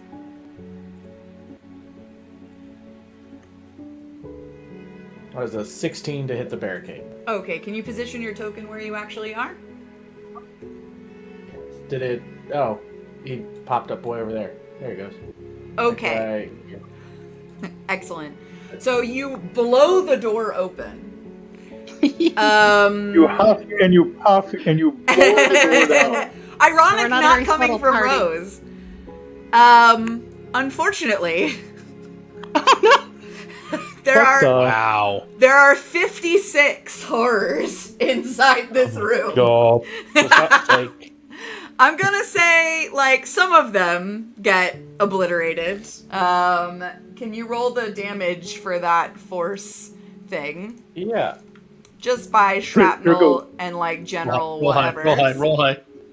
That was a 21. Okay, so some of them do get blown apart. That's fine. So, that will be... No, thank you.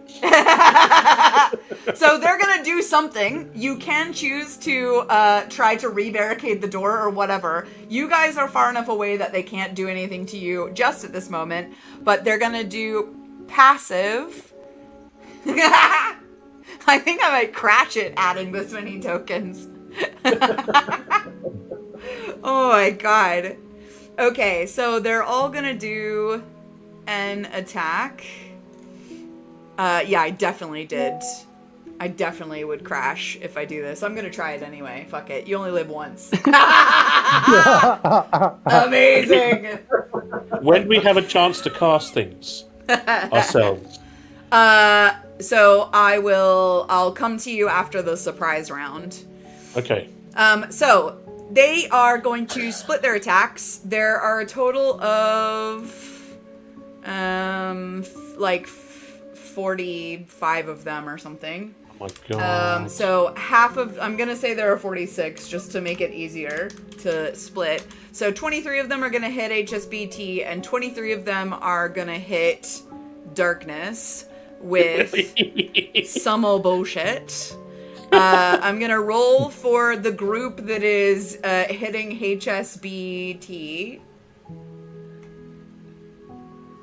And I can't see that, but maybe you can. Yeah, 10, so I think that's gonna miss. I'm gonna roll for the group that's gonna hit Darkness. 12. They both rolled very bad. You're very lucky. So basically, You see all of these things come rushing towards you. They have like grafted blades, needles, all sorts. They begin to like crowd around you. They use their full movement to get in your face. But they are clumsy. They move in a stuttered fashion. They lazily attack at you. It's like they've been in there for like some time, and they are incredibly in a weakened state. But they are now going to try to flood out the door. And it's the top of the round. It's darkness. All right. I don't Darkness see is my going. I don't see my token in the. I haven't Yeah. added you yet. This is still the surprise round. All right. So darkness really can do a quick search of the room, just as a bonus action. Wow. Okay. Okay. As a so, feature? Pardon? As a feature, And- you can do that. As a. I'm not sure. I feel like Kithri's coming back in her desire to constantly search everything. No, actually, no, because I'm just going to seal the wall. I mean, I'm not even worried about that. But there might be something in here as a clue that we need. So that's the only reason why. Baddies first, clue second. I think that's how the logic goes. Hey, you were the one who went ahead and stole a headdress. So, Yes, but I only got myself in trouble there, buddy boy. and I've got 200 hit points. So, Oh, well, bully for you. The rest of us aren't so lucky. all right. So, anyways, we're just going to do a quick 19 search of the room.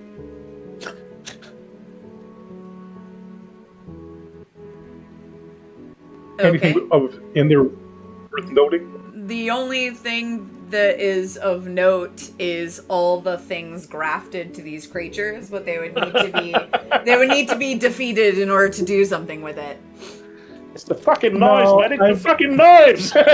No, I'm just going to go ahead and cast Wall of Force. So, Okay, you're gonna cast Wall of Force. Go ahead and light. right across the wall. Okay. And overlay. Had a line Like that? overlay. Yep. So Excellent. that pushes them on the other side. A couple of them take damage, the ones that like touch the wall, and they die as a result of touching the wall. The other ones are still there. How long can you sustain this Wall of Force? I think it's well over an hour, but let's go ahead and take a quick look. Darkness sheet and Wall of Force. And it is concentration up to 10 minutes. Okay, so you can only sustain it But for for this- 10 minutes. Okay. Can we see through the wall? Or I is don't it, think so, is no. that Yes, what's you happening? can see through. Oh, you can see through it. But you can't cast through it because by definition it's a wall of force. No. Right. You got it. So But it gives us a couple of minutes to think it through. talk amongst yourselves. Hey, I don't mind going in there, but like I said, I have like Aw. I was gonna cast Fireball. Well, how long can you keep the wall open? I mean, shut. 10 minutes. All right, and what 10 about minutes. the Ghost Bros and the fucking banana over here? What can they do to help us?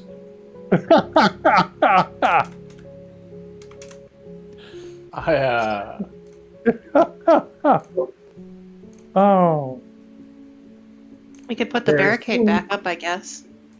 The one that got barricade blasted. seems like a good Yeah, so idea. so they are capable of insta-killing anyone, and I mean permadeath. They do enough damage for that, so be very careful. I believe the barricade is our best option. I will say I was found in a married woman's wardrobe once by a husband. And he was a big old bugger. He could have ripped my head off and my arms at the same time. And I decided that a retreat was the most sensible thing to do. So, Banana and Ghost Bros, that's what I'm recommending.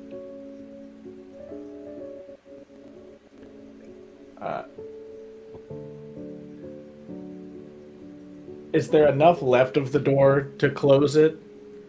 You can barricade it with other items, like the bed frames and things like that. There's Hey, all just- kinds of things going yeah. around here. HSBT is going to start dragging beds over. Yep, same. Okay. Go ahead and I'm assuming this is HSBT and Darkness that are making the barricade. Himika will try to help, but she's puny. Okay. Yeah, If you're making a barricade, please roll survival for me. Yeah, I would give the help action, but I don't really think that Emmerich's much help. Can somebody give guidance? Whoa. Is that what the thing I was can before? give bardic inspiration. Okay. Oh, Shall I give bardic inspiration? Can I do that? Yeah. sure. You can inspire another creature within 60 Alexa, feet. turn It gains off the fan. 1d6. Oh, it's when it fails a d20. Is that relevant here? That's when they use it, if they fail the D20. But Keoka rolled a 22, so that's absolutely fine. Okay. With Keoka's guidance, you guys are able to make what you believe is a substantive enough barrier, and you block the creatures in. Yay!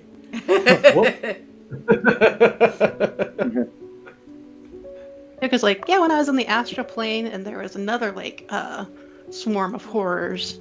I don't remember who I was with, but yeah, we made a barricade too.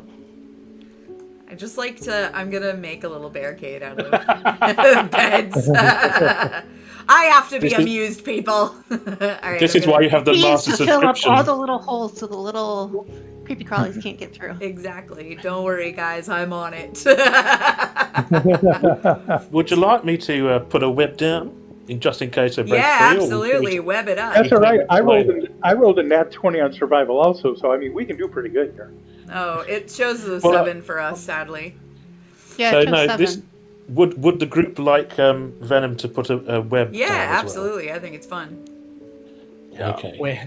I accidentally went and picked a whole bouquet of whoopsie daisies. Okay, a barrier of beds now exists, and nothing has made me happier. Move on. Okay. So Venom will say, "Excuse me, could you just turn your eyes away for a second, please? Could you face towards the back of the room? Just turn your eyes away from the door." And he's going to just unzip the back of his trousers. Oh, my and, word. It's like I knew it was gonna happen, but I was. All right. Maystar is Open the like, door. this is horrible. Give me a second. Everything is falling apart. But as far as I'm aware, Oh my goodness. unlike Spider-Man, isn't it anatomically correct? That is, in fact, anatomically correct. Yeah, Spider-Man would be very different. I think. Horrible. Okay, so he's going to cast a web that uses unit once per long rest, so it doesn't take a spell slot. And it's 20-foot cube. The web's a difficult terrain, and okay, all right. So, Dark, could you put the web down for me, or would you like me to do it? I'm just looking if I have a web token. I don't have a Okay. web token, so we'll just draw some lovely white lines. Excellent. Excellent. So it's 20 foot across. Yeah. Yeah, I mean that's pretty base humor even for me, but it worked. But at least he asked you to turn away, right? He wasn't. He wasn't discussing about it. Beautiful. Very Okay. well. All right, folks. You can yeah. You go back about your business now. Don't look behind you. It's very personal. Oh my god. It's horrible.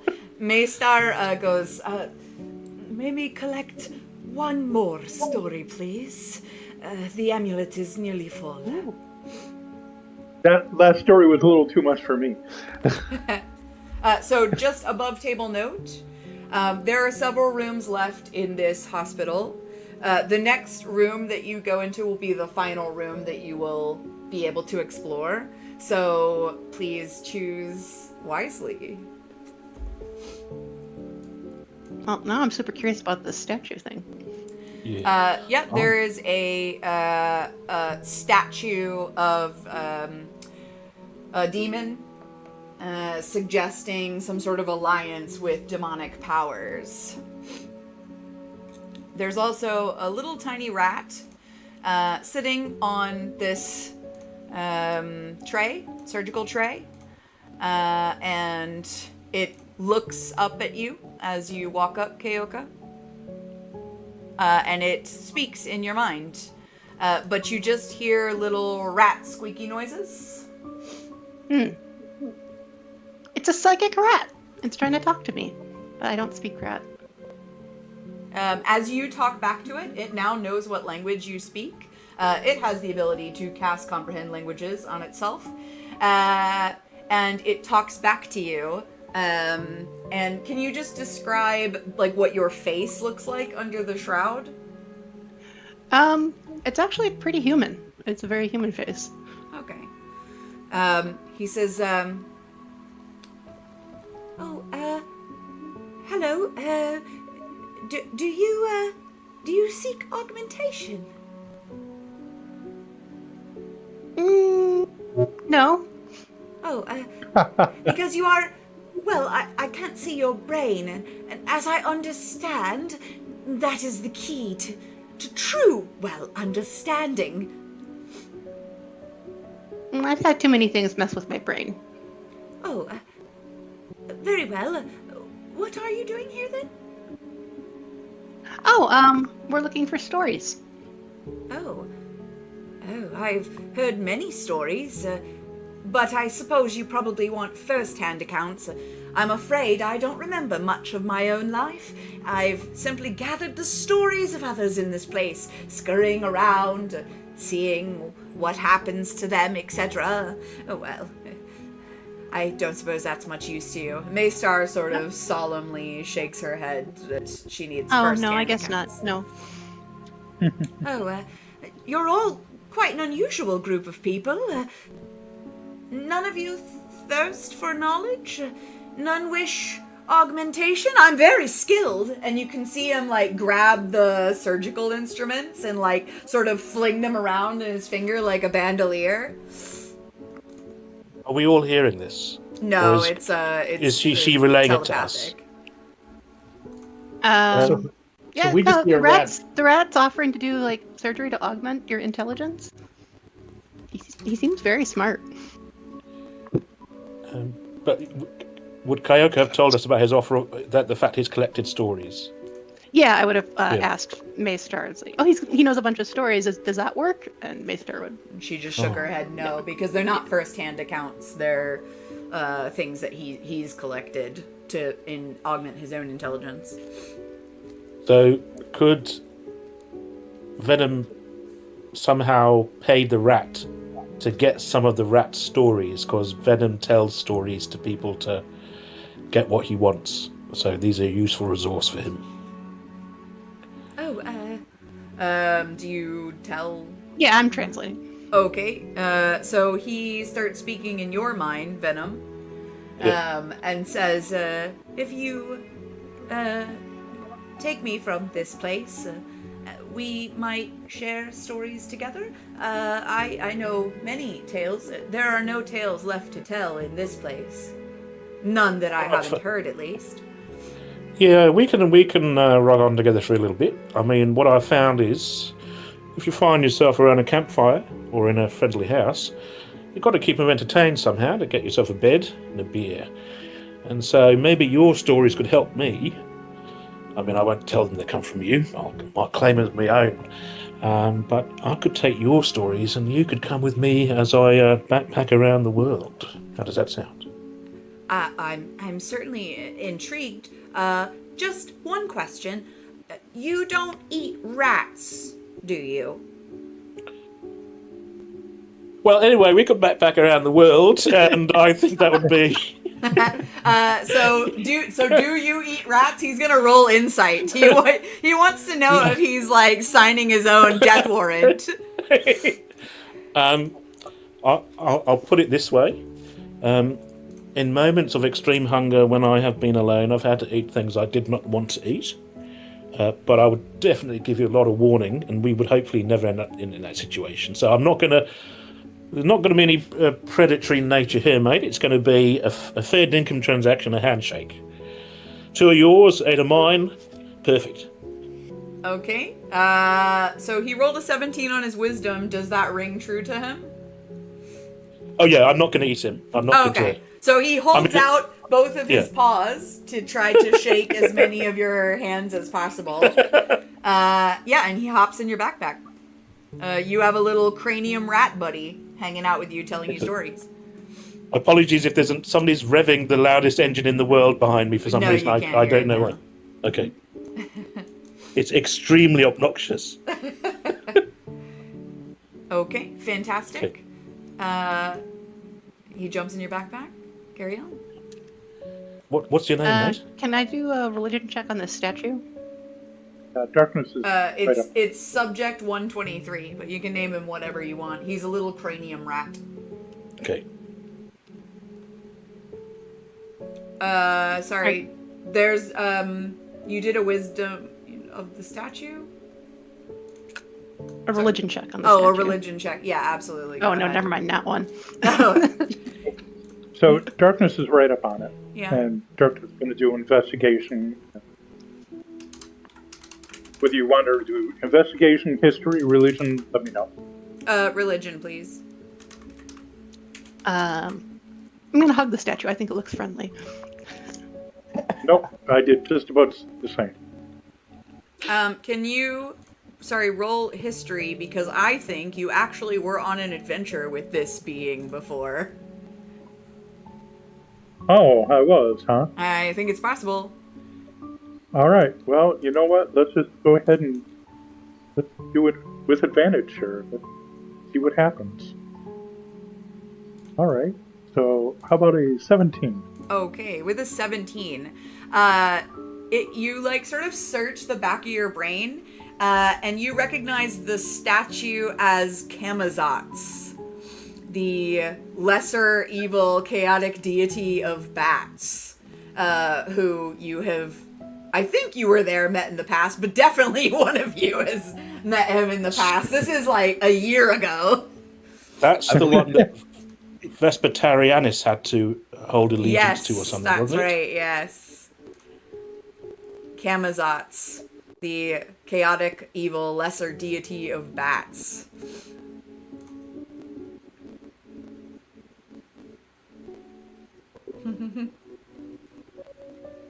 Interesting. So, do we pay? Would I pay homage to it, or what would I do to? Nothing in particular. Like, you don't understand why people would have a statue to this sort of minor deity. Like, to you, this is no one worth. You know, you've met them, so you're not impressed by this. You just think it's an interesting novelty. Blah. All right. Golden egg. Golden egg. That's right. All right. So, as Dark says, we only have one more room to be able to search. So, make it a good one. Is that my understanding? Yeah, make it a good one. All right, everybody. What do you want to do? Is there any way to tell by the doors which room is bigger? Is there any way to tell by the doors? Well, this room has 2 doors, but then these are sort of identical in size. Does anybody have augury? Does anybody have divination?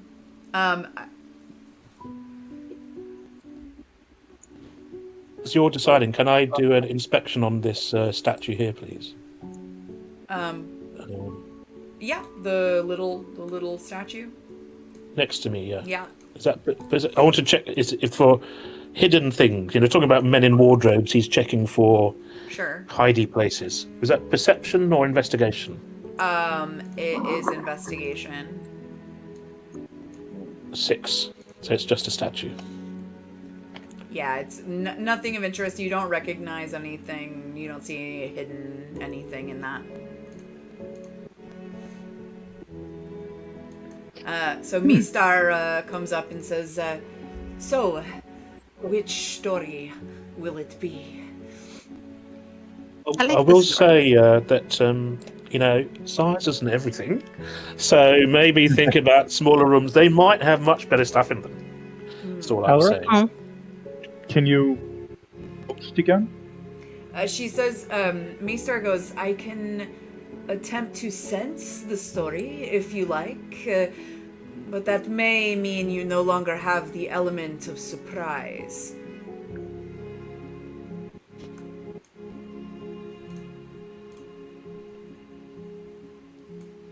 Can we do this door?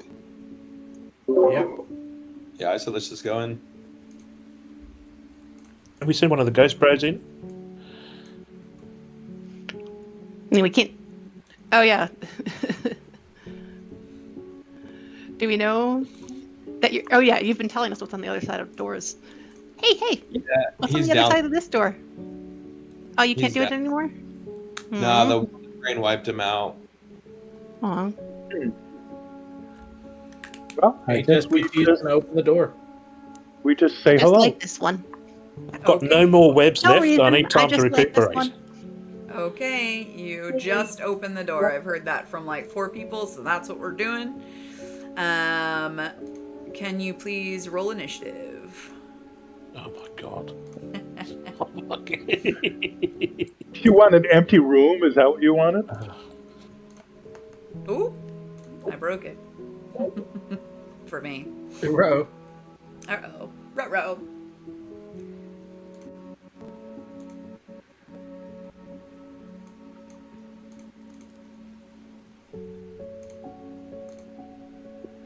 Okay, just checking that I've got all the initiatives. So HSBT 7, Emmerich 10, Venom 15, Rose 19. That one didn't come through. 19, there we go. Venom 15. And Yeah, 3 Darkness 19s. 19. Okay. Is Icrow's Venom not fighting. Maystar is not fighting. is Venom part of it? Because as soon as they were opening the door, I had visions of everything that happened half an hour ago, and I distanced myself. So am I still trapped in the initiative? Yeah, sadly. Okay. It's because it's such a big field of view, so when you open it, it is a big field of view. 1 second. So, where is my sounds? Here we go. So, you open the door, and the closest person that meets the conditions is Kayoka. Kayoka, you are a Kalish Star. That's just like a normal humanoid. With like psychic powers, yeah. Okay, There's great like a stuff. spirit that they bonded with, yeah. Okay, excellent. So, you see a ghostly hearse. It's sort of like parked in this reception like sort of area, and you imagine that this is where the bodies of the deceased or the recently dead would have been brought here for either embalming or experimentation. Hint, hint, the room's on the other side. And it's now being driven by the vengeance of the dead itself. These beings like trapped, filled with hatred for the outcome of their life. And they want to punish those still living. Don't move me. They want to punish those still living. So they make a beeline directly for Kayoka. And Just one or like multiple? it's a huge undead. creature of some sort. So, it looks at Keoka and rings the bell of death to call you and anyone else that it can see within a emanation. So a 30-foot emanation. It can't see Emmerich. It can see everyone else that's near the door. So HS, Rose, Keoka, and Darkness. Please all make a wisdom saving throw DC 16. I'm gonna use a luck point on this one. Wow.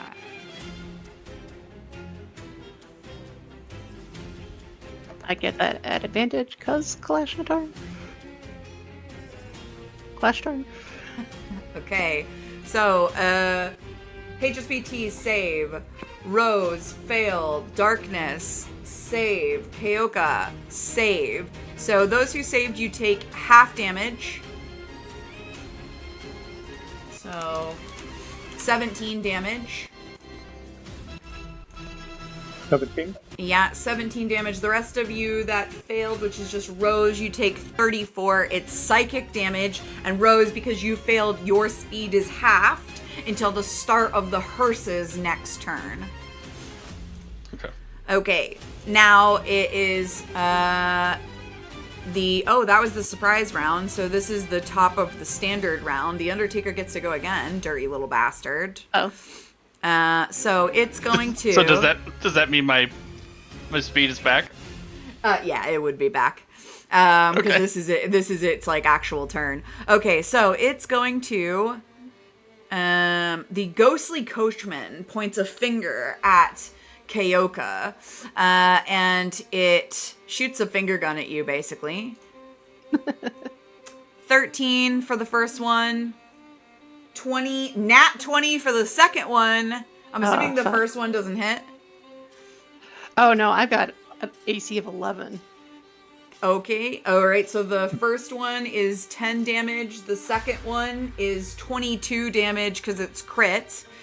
You can't regain hit points until the start of the hearse's next turn. You are hit by the ghostly coachman. It's now Darkness standard turns. Darkness will immediately go into the room, drawing her short sword and her dagger. She's not going to try to bite this thing because that just doesn't seem to be registering with her right now. It has no discernible blood now. Exactly, yeah. Like, chip her teeth on it. So, let's go ahead and a 15 hit. No, that's gonna be a miss. Alright, and now for the dagger. And she's going to use poison on the dagger. Dagger of Venom. So it's going to be 27 to hit. 27 does hit, yes. 27 does hit. And can it be poisoned? No. Mm-mm. No. It's Okay. immune from all conditions, if that helps. It's quite clearly a phantom. It's alright. For 6 points. Okay. And it's going to take half damage. Alright. That's going to be the end of her. She's going to now move around behind the hearse and save her reactions in case she needs it. But this way, somebody can get flanking if they want. Okay, it's going to be Rose next. Right, Rose is gonna Kill. run up on it and swipe.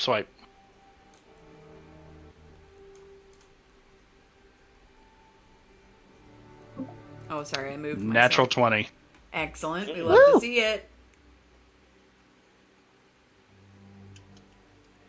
Go ahead and roll your critical damage.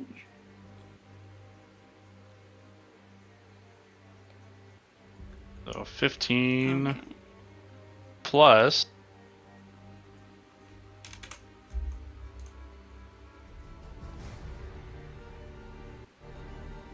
3 lightning. Okay, so it takes 36. And bonus attack swipe. What type of damage is it? Sorry. Sorry, it was slashing damage. 15 was slashing damage, and 3 of it was lightning damage. Okay, so it takes half. Okay. Second attack rolled Dirty 20 hit. Yeah.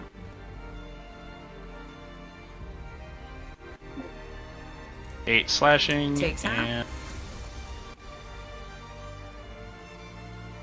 2 lightning. Okay, takes half. That's her turn. Okay. It's Venom. Okay, so I just need to search for something. I got something called Arcane Recovery. When you finish a short rest, you can recover expended spell slots. Yeah, we haven't had a chance to do a short rest because you've been in enemy No. territory. Unfortunately. Okay, and I also I can have circle spells. I can, if other people help me, I can change the qualities of spells. Like I can make them have a wider area, etc. So let me see what I can do with this guy. As I used all of my spell slots healing myself after trying to touch your brow. Oh my god, this is really useless, man.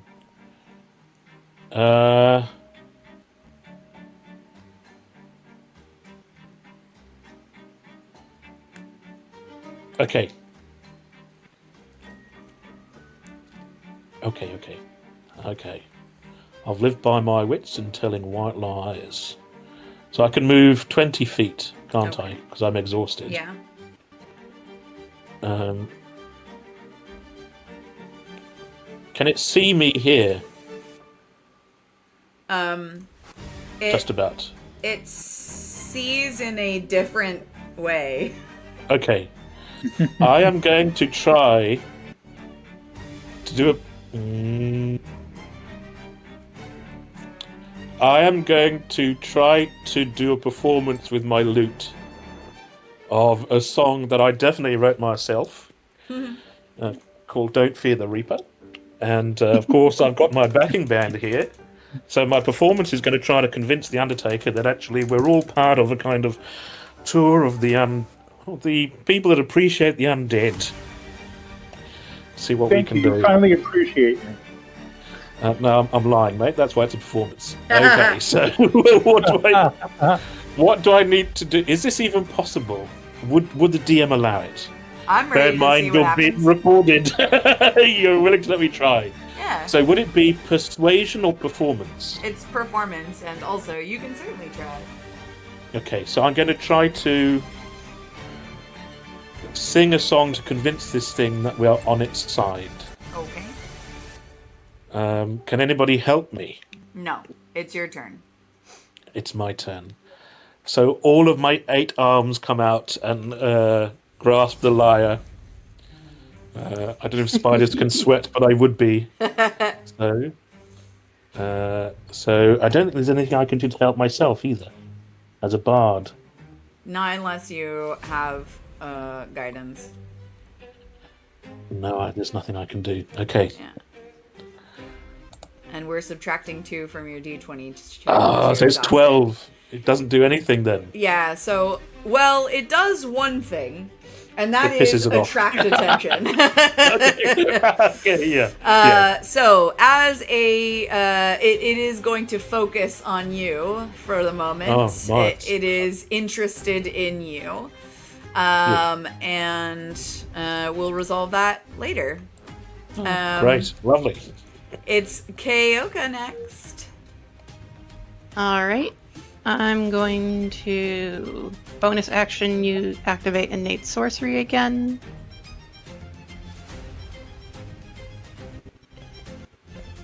And then I will cast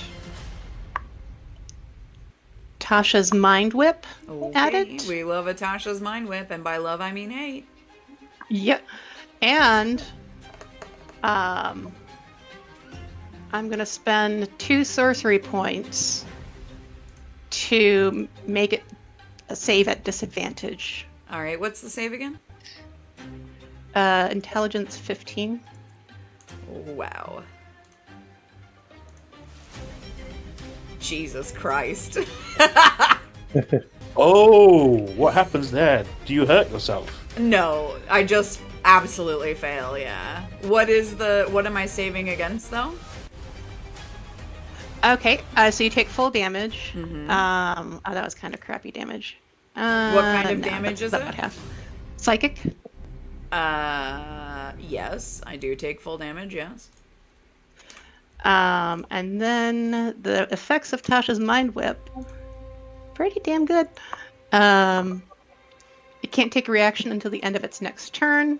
Moreover, on its next turn, it must choose whether it gets a move, an action, or a bonus action. It gets only one of the three. Okay. And I'm going to...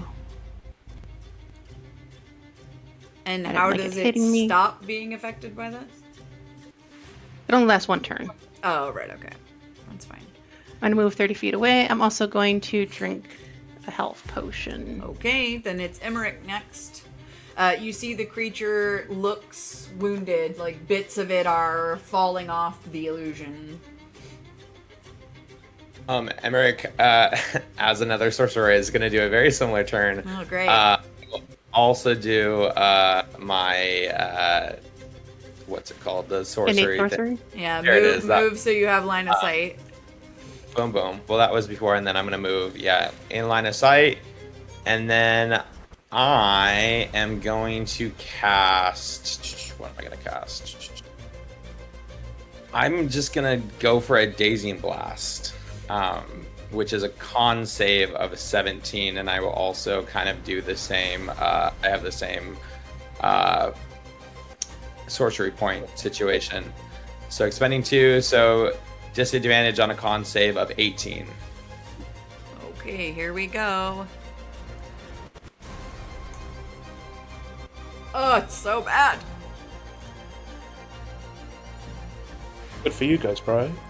Great. So because of that, it's going to take full damage, and it's going to have the stunned condition until the end of its next turn. Okay, now, what type of damage is it? Force, Okay. maybe 3. Force. Okay, so it takes the damage, but it's immune from conditions. It's a phantom. Okay, cool. Well, it's okay. Well, I digress. All right, and then I'm gonna hide behind the corner again. Yeah, but it takes the damage for sure. I will actually stay where I'm at. Okay. It's HSBT. I'm going to cast a 3rd level Moonbeam. Hell yeah. So that is a con saving throw of 16. Okay. Jesus. Rolling like So that- poop. 11 radiant damage. It takes full 11 radiant damage. And then I'll leave it right there so that it starts its turn in the Moonbeam and it can do it again. How dare you? Okay, so, Okay. yeah, it's,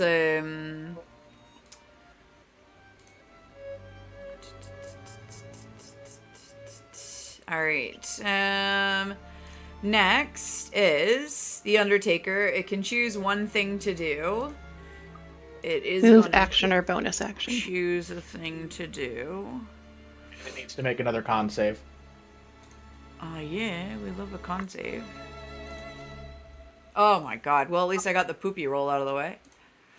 Hopefully. This one's 20 damage. Oh my god. Okay, so...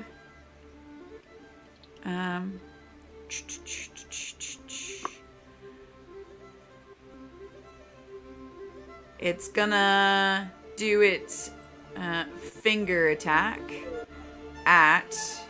Oh no, I lie. It's going to trample, so this is an attack. It sort of cheats because it moves.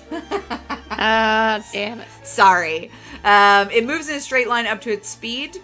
Venom, you need to make a dexterity saving throw. and each creature whose space the hearse enters during its action. So it's trampling straight through Rose. Now, Darkness, you're going to get an attack of opportunity. It's trampling straight through the wall, because it's a phantom, to stop here. So, Rose, HSBT, Maystar, I'm going to have her choose to succeed and step back. And Venom, Dexterity saving throw, DC 16. I failed. It's going to take the moonbeam damage. It's looking very hurt. HSBT succeed. Rose succeeds. Darkness attack of opportunity. Darkness attack of opportunity. Roll Is a nat 20. A nat 20. So, she wouldn't get the sneak attack, would she? No. No. All right. So it's just simply 1d6 plus 5 savage attack, and we'll go from there. And hold on. So I'm not going to get any better than that. So it's going to be 22 points of damage from Darkness. Okay. All right. It takes half. And it's not your turn, so that's all you can do. It's just one attack. No. I understand, but it rolled an attack, right? Yeah. Okay. It didn't roll an attack. It did a trample. Okay. But I could do silvery barbs to blind it, right? No. As a reaction? Nope. No, because it's other people saving against its thing, but I know what you mean. Yeah, it's all right. Hey, it was worth a shot. Okay, so you couldn't have done it on a crit hit me up. I know, right? Okay, so if you failed, you take 13 cold damage. If you succeeded, you take 6. If you failed and you are the lovely Venom Fainkiller, you are grappled. And this little guy has a special action when it is grappled that it puts you inside the coffin in the hearse. Oh my god. Oh god. So it can have up to 3 creatures entombed at a time. The target is entombed in a coffin in the hearse, and the grappled condition ends. An entombed target has the blinded and restrained condition, total cover against attacks and other effects, and at the start of each of the hearse's turns, you will take damage and gain a level of exhaustion. Oh my god. So I will say, remember that subject 1, 2, 3 is in my bag, so there are 2 creatures in the coffin. Okay. So it can only get 1 more in there. Okay. I will say that if your creature is attackable, it is already dead. If you were letting it be. I assumed it was in a bag of holding and it wasn't part of the fight. So subject 1, 2, 3 is dead.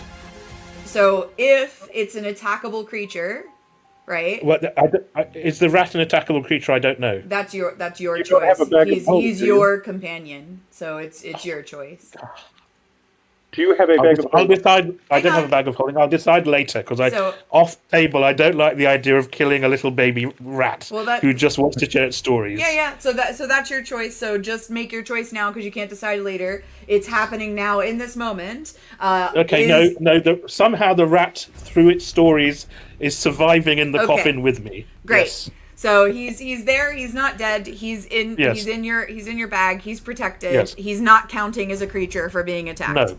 Okay. Okay. Great. Sorry, folks. That's all right. But I always say this about any familiar because some people are very attached. If your familiar counts and messes with my combat, then I can kill your familiar. If it doesn't, then I leave it be. Yeah, and it's all Fine. good. Okay. So darkness. Darkness is going to close distance. Let's go right up to it. Get up close and personal. There is... You get pushed to the other side. Venom Fainkiller is inside. You can't see him. He's in the coffin. I can't see. All right, I guess I'm trying to see if I can get advantage here. If you go HSBT. through the creature to the other side, and you have enough movement to do so. I don't know how much movement All I you do, have. because you increased my movement, so my movement right now is about 55 on a dash. Oh, nice. Okay, well, you would have to dash to do it, but yeah, you can dash. I have no problem with it. All right, let's go ahead and attack and say hello. And 18. 18 hit. Yeah. Mm-hmm. Yep. Okay. So let's go ahead and do 26 plus 5 first. For 9. Let's see, I do better than 9. And savage attack. 9. Oh, yay! Hey, did max. Okay, so it's another 11 points of damage. Okay, it takes half. And now we're going to attack with the dagger. And dagger is going to be a 14. 14's gonna miss. All right, and I'm to reserve better judgment and hold any effects. Okay, it's Rose next. Rose is gonna run up and swipe. Okay. Does that count as flanking? Because of HSBT? With HSBT, yeah. Or no, that was with Darkness. Sorry, Darkness, can you roll that last one with advantage just because you were flanking? Oh, yeah.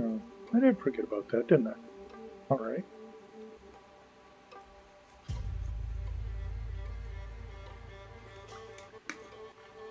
So that is now a 19. Okay, yeah, go ahead and roll your damage while we move on to Rose. All right. Okay. Right ahead. Am I considered flanking? No. Okay. It's just directly across right now. 23 to attack. All day. It's 11 slashing plus 1 lightning. Okay. And bonus action attack. Okay. Very good. How do you do it? He has 2 hit points left. Woo! But that's okay because I did 6. Yeah, no, I was just- counting your rolls as you were doing it. She's just tearing into him with her claws, just snarling, going crazy. Well past the point of when he actually disappears. Excellent. I like to imagine that that you're getting more frustrated as this is just like a phantasm, so you're not getting anything fun. There's no entrails coming out of it, things that dogs like, like it's not exciting. That's exactly what's happening. But you do manage to rip the phantom to shreds, and you are no longer in combat.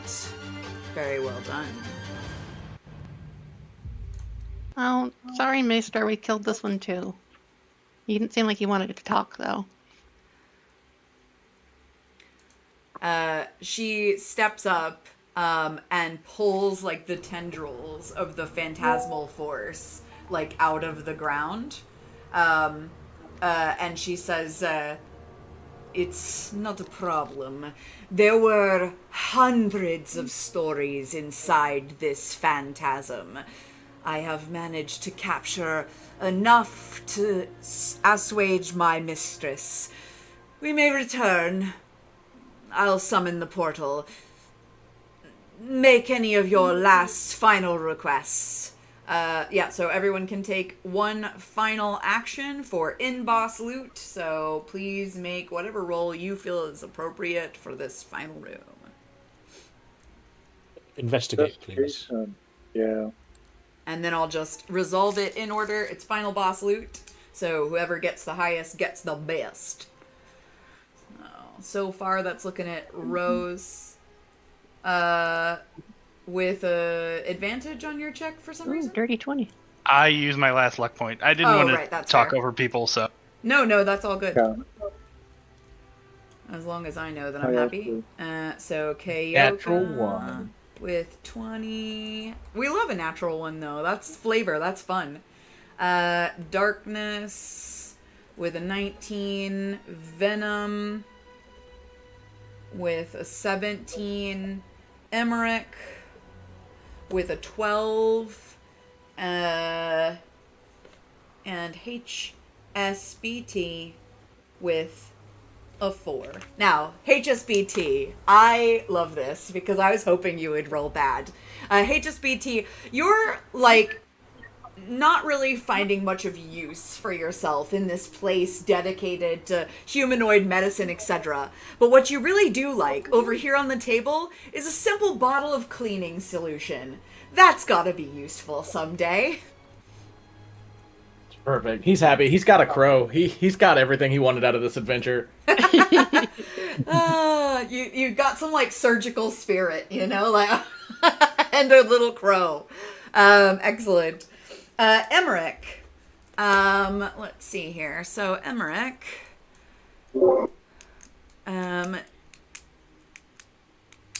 You with a 12 find a little donation box full of much loved items. And inside of it, you find a teddy bear that reminds you of one that your brother had when you were children. And it just makes you feel sort of warm and fuzzy inside. And on it has a little necklace worth about 25 gold pieces. Cool.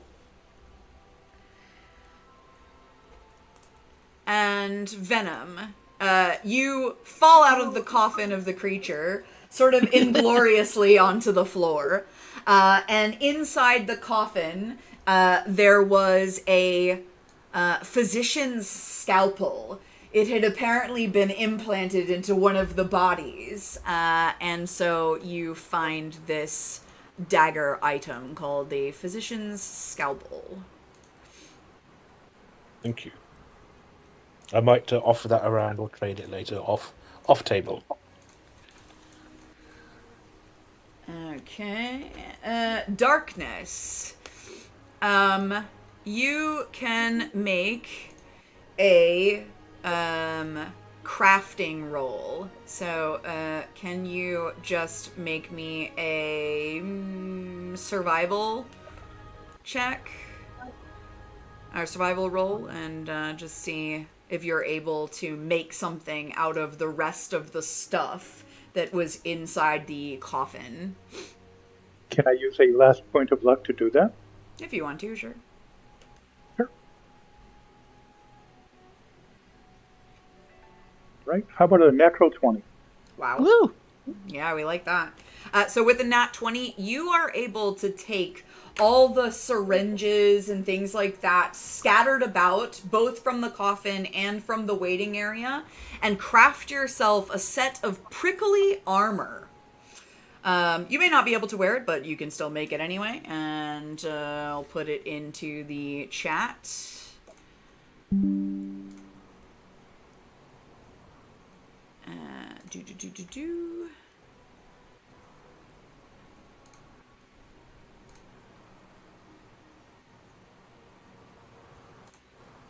Somebody will want such a thing.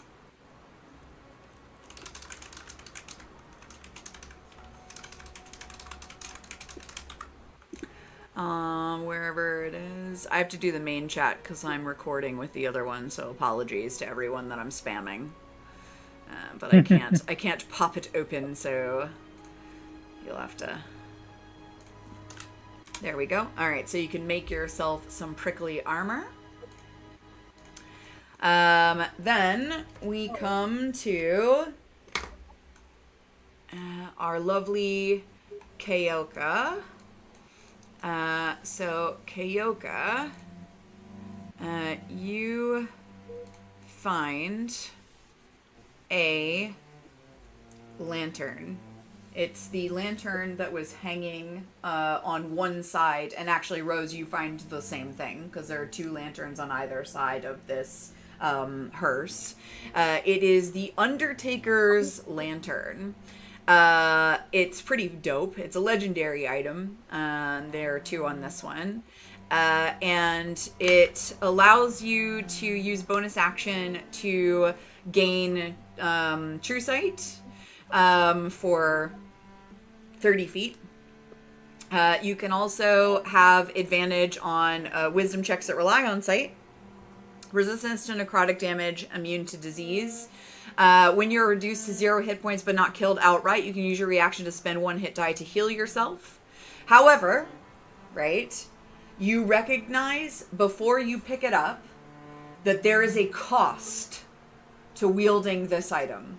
You are smart enough to know that things this powerful are not without a cost.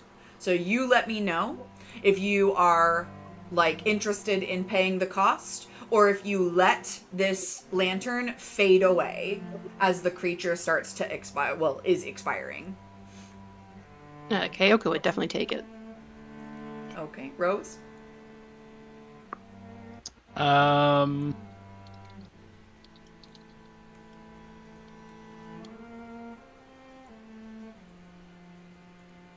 She will not take it.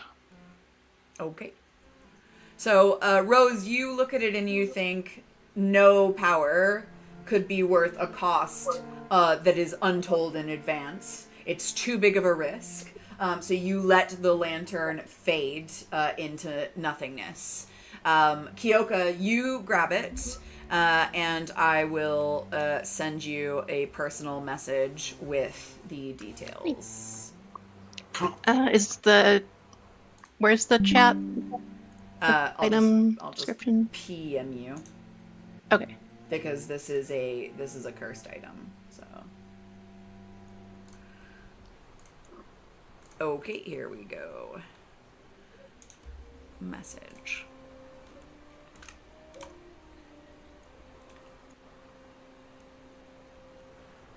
It's like 3 hefty paragraphs It's of huge. stuff. Yeah, it's big.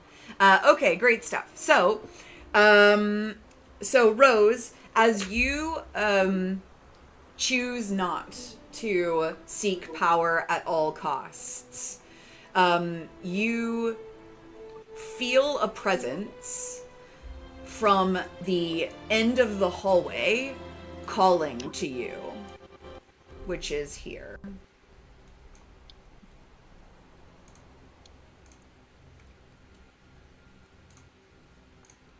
Okay. Do you go over? Absolutely.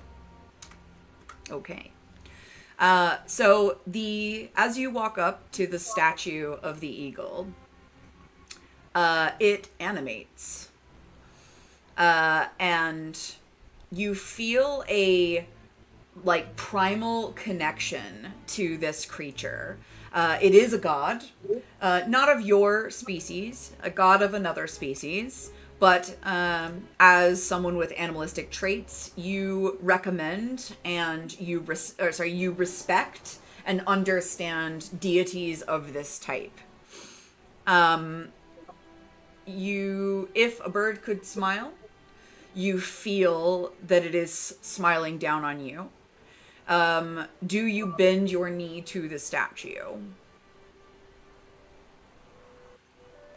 Yeah, she's never had anything to believe in before. This feels good. Okay. You bend your knee to the statue, and you feel the love of the great Lord Reminisce of the Eagles.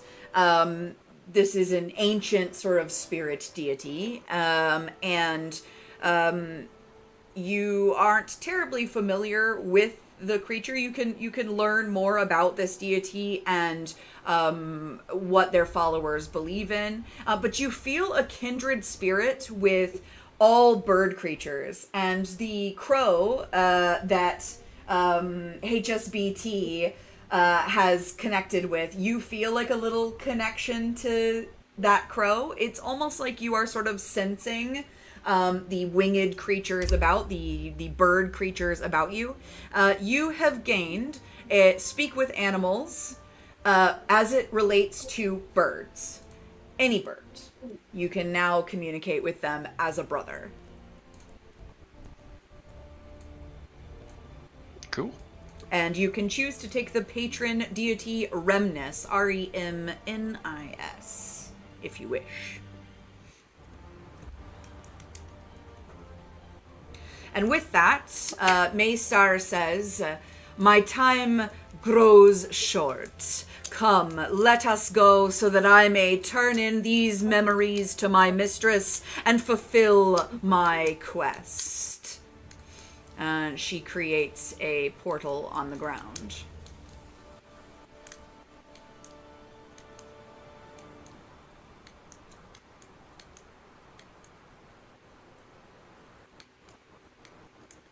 Excellent.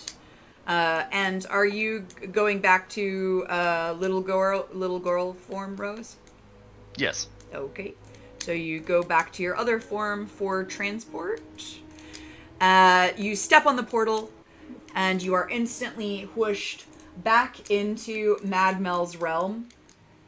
The sort of brimstone-y, shadowy elements you felt before ripple around you, and you find yourself back in Mad Mel's hut as she comes through the window on her broomstick and settles right in front of you, sort of smiling at the scenes in front of her. Maystar tips her head towards you.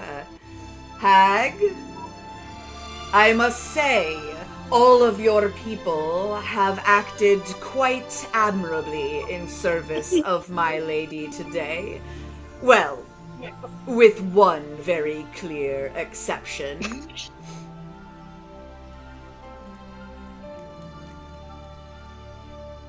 Venom, you hanging out that close to her? Oh, yeah, I forgot that was there. Yeah, I feel like there's a difference of opinion there. I still think that you're wrong, and I think we did very well to get out here alive. And thanks very much to the banana for getting me up. Hopefully, my head will clear. Eventually, I'll see him as he truly is. Oh, there you go. Not touching your stuff again, love. Mel, I think that you should hold a tighter leash on some of these creatures. They don't seem to have the proper respect for your friends and compatriots as perhaps they should. Never mind. Our business is concluded. Until another time, my friend. And she sort of bubbles away, and her portal disappears. Mel says to you, well, I don't know what made her so upset. She usually doesn't have this kind of an attitude. Did you try to touch her in any way? And she looks at Venom, knowing what you're like. No comment. Let's just say Tried to that... take her thing. Oh, of saw him course do you it. did. Mel sort of brushes your shoulder, Venom, and you feel that weariness fall off of you. You've got a little bit of the shadow realm on you, darling. I wouldn't get that close in the future to someone like Maystar. But at any rate, it looks like you Thank all you, Mel. don't seem too worse for wear. Anything fun you come home with? Kyoka's staring at this ghostly blue lantern, just enthralled with it. Oh, that's very shiny. Looks a bit dangerous, but who's to say? Well, as per usual, this is but one of the many tasks required to work off your debt to me. I'm sure I'll be seeing many of you in the future. Anything else before you go? So any final actions from Rose? Nope, Rose just smiles at Mel and skips out the door. Excellent. You skip out the door, you find yourself back in your bed where you had came from. Any final actions from Venom? No, he's gonna fuck off home.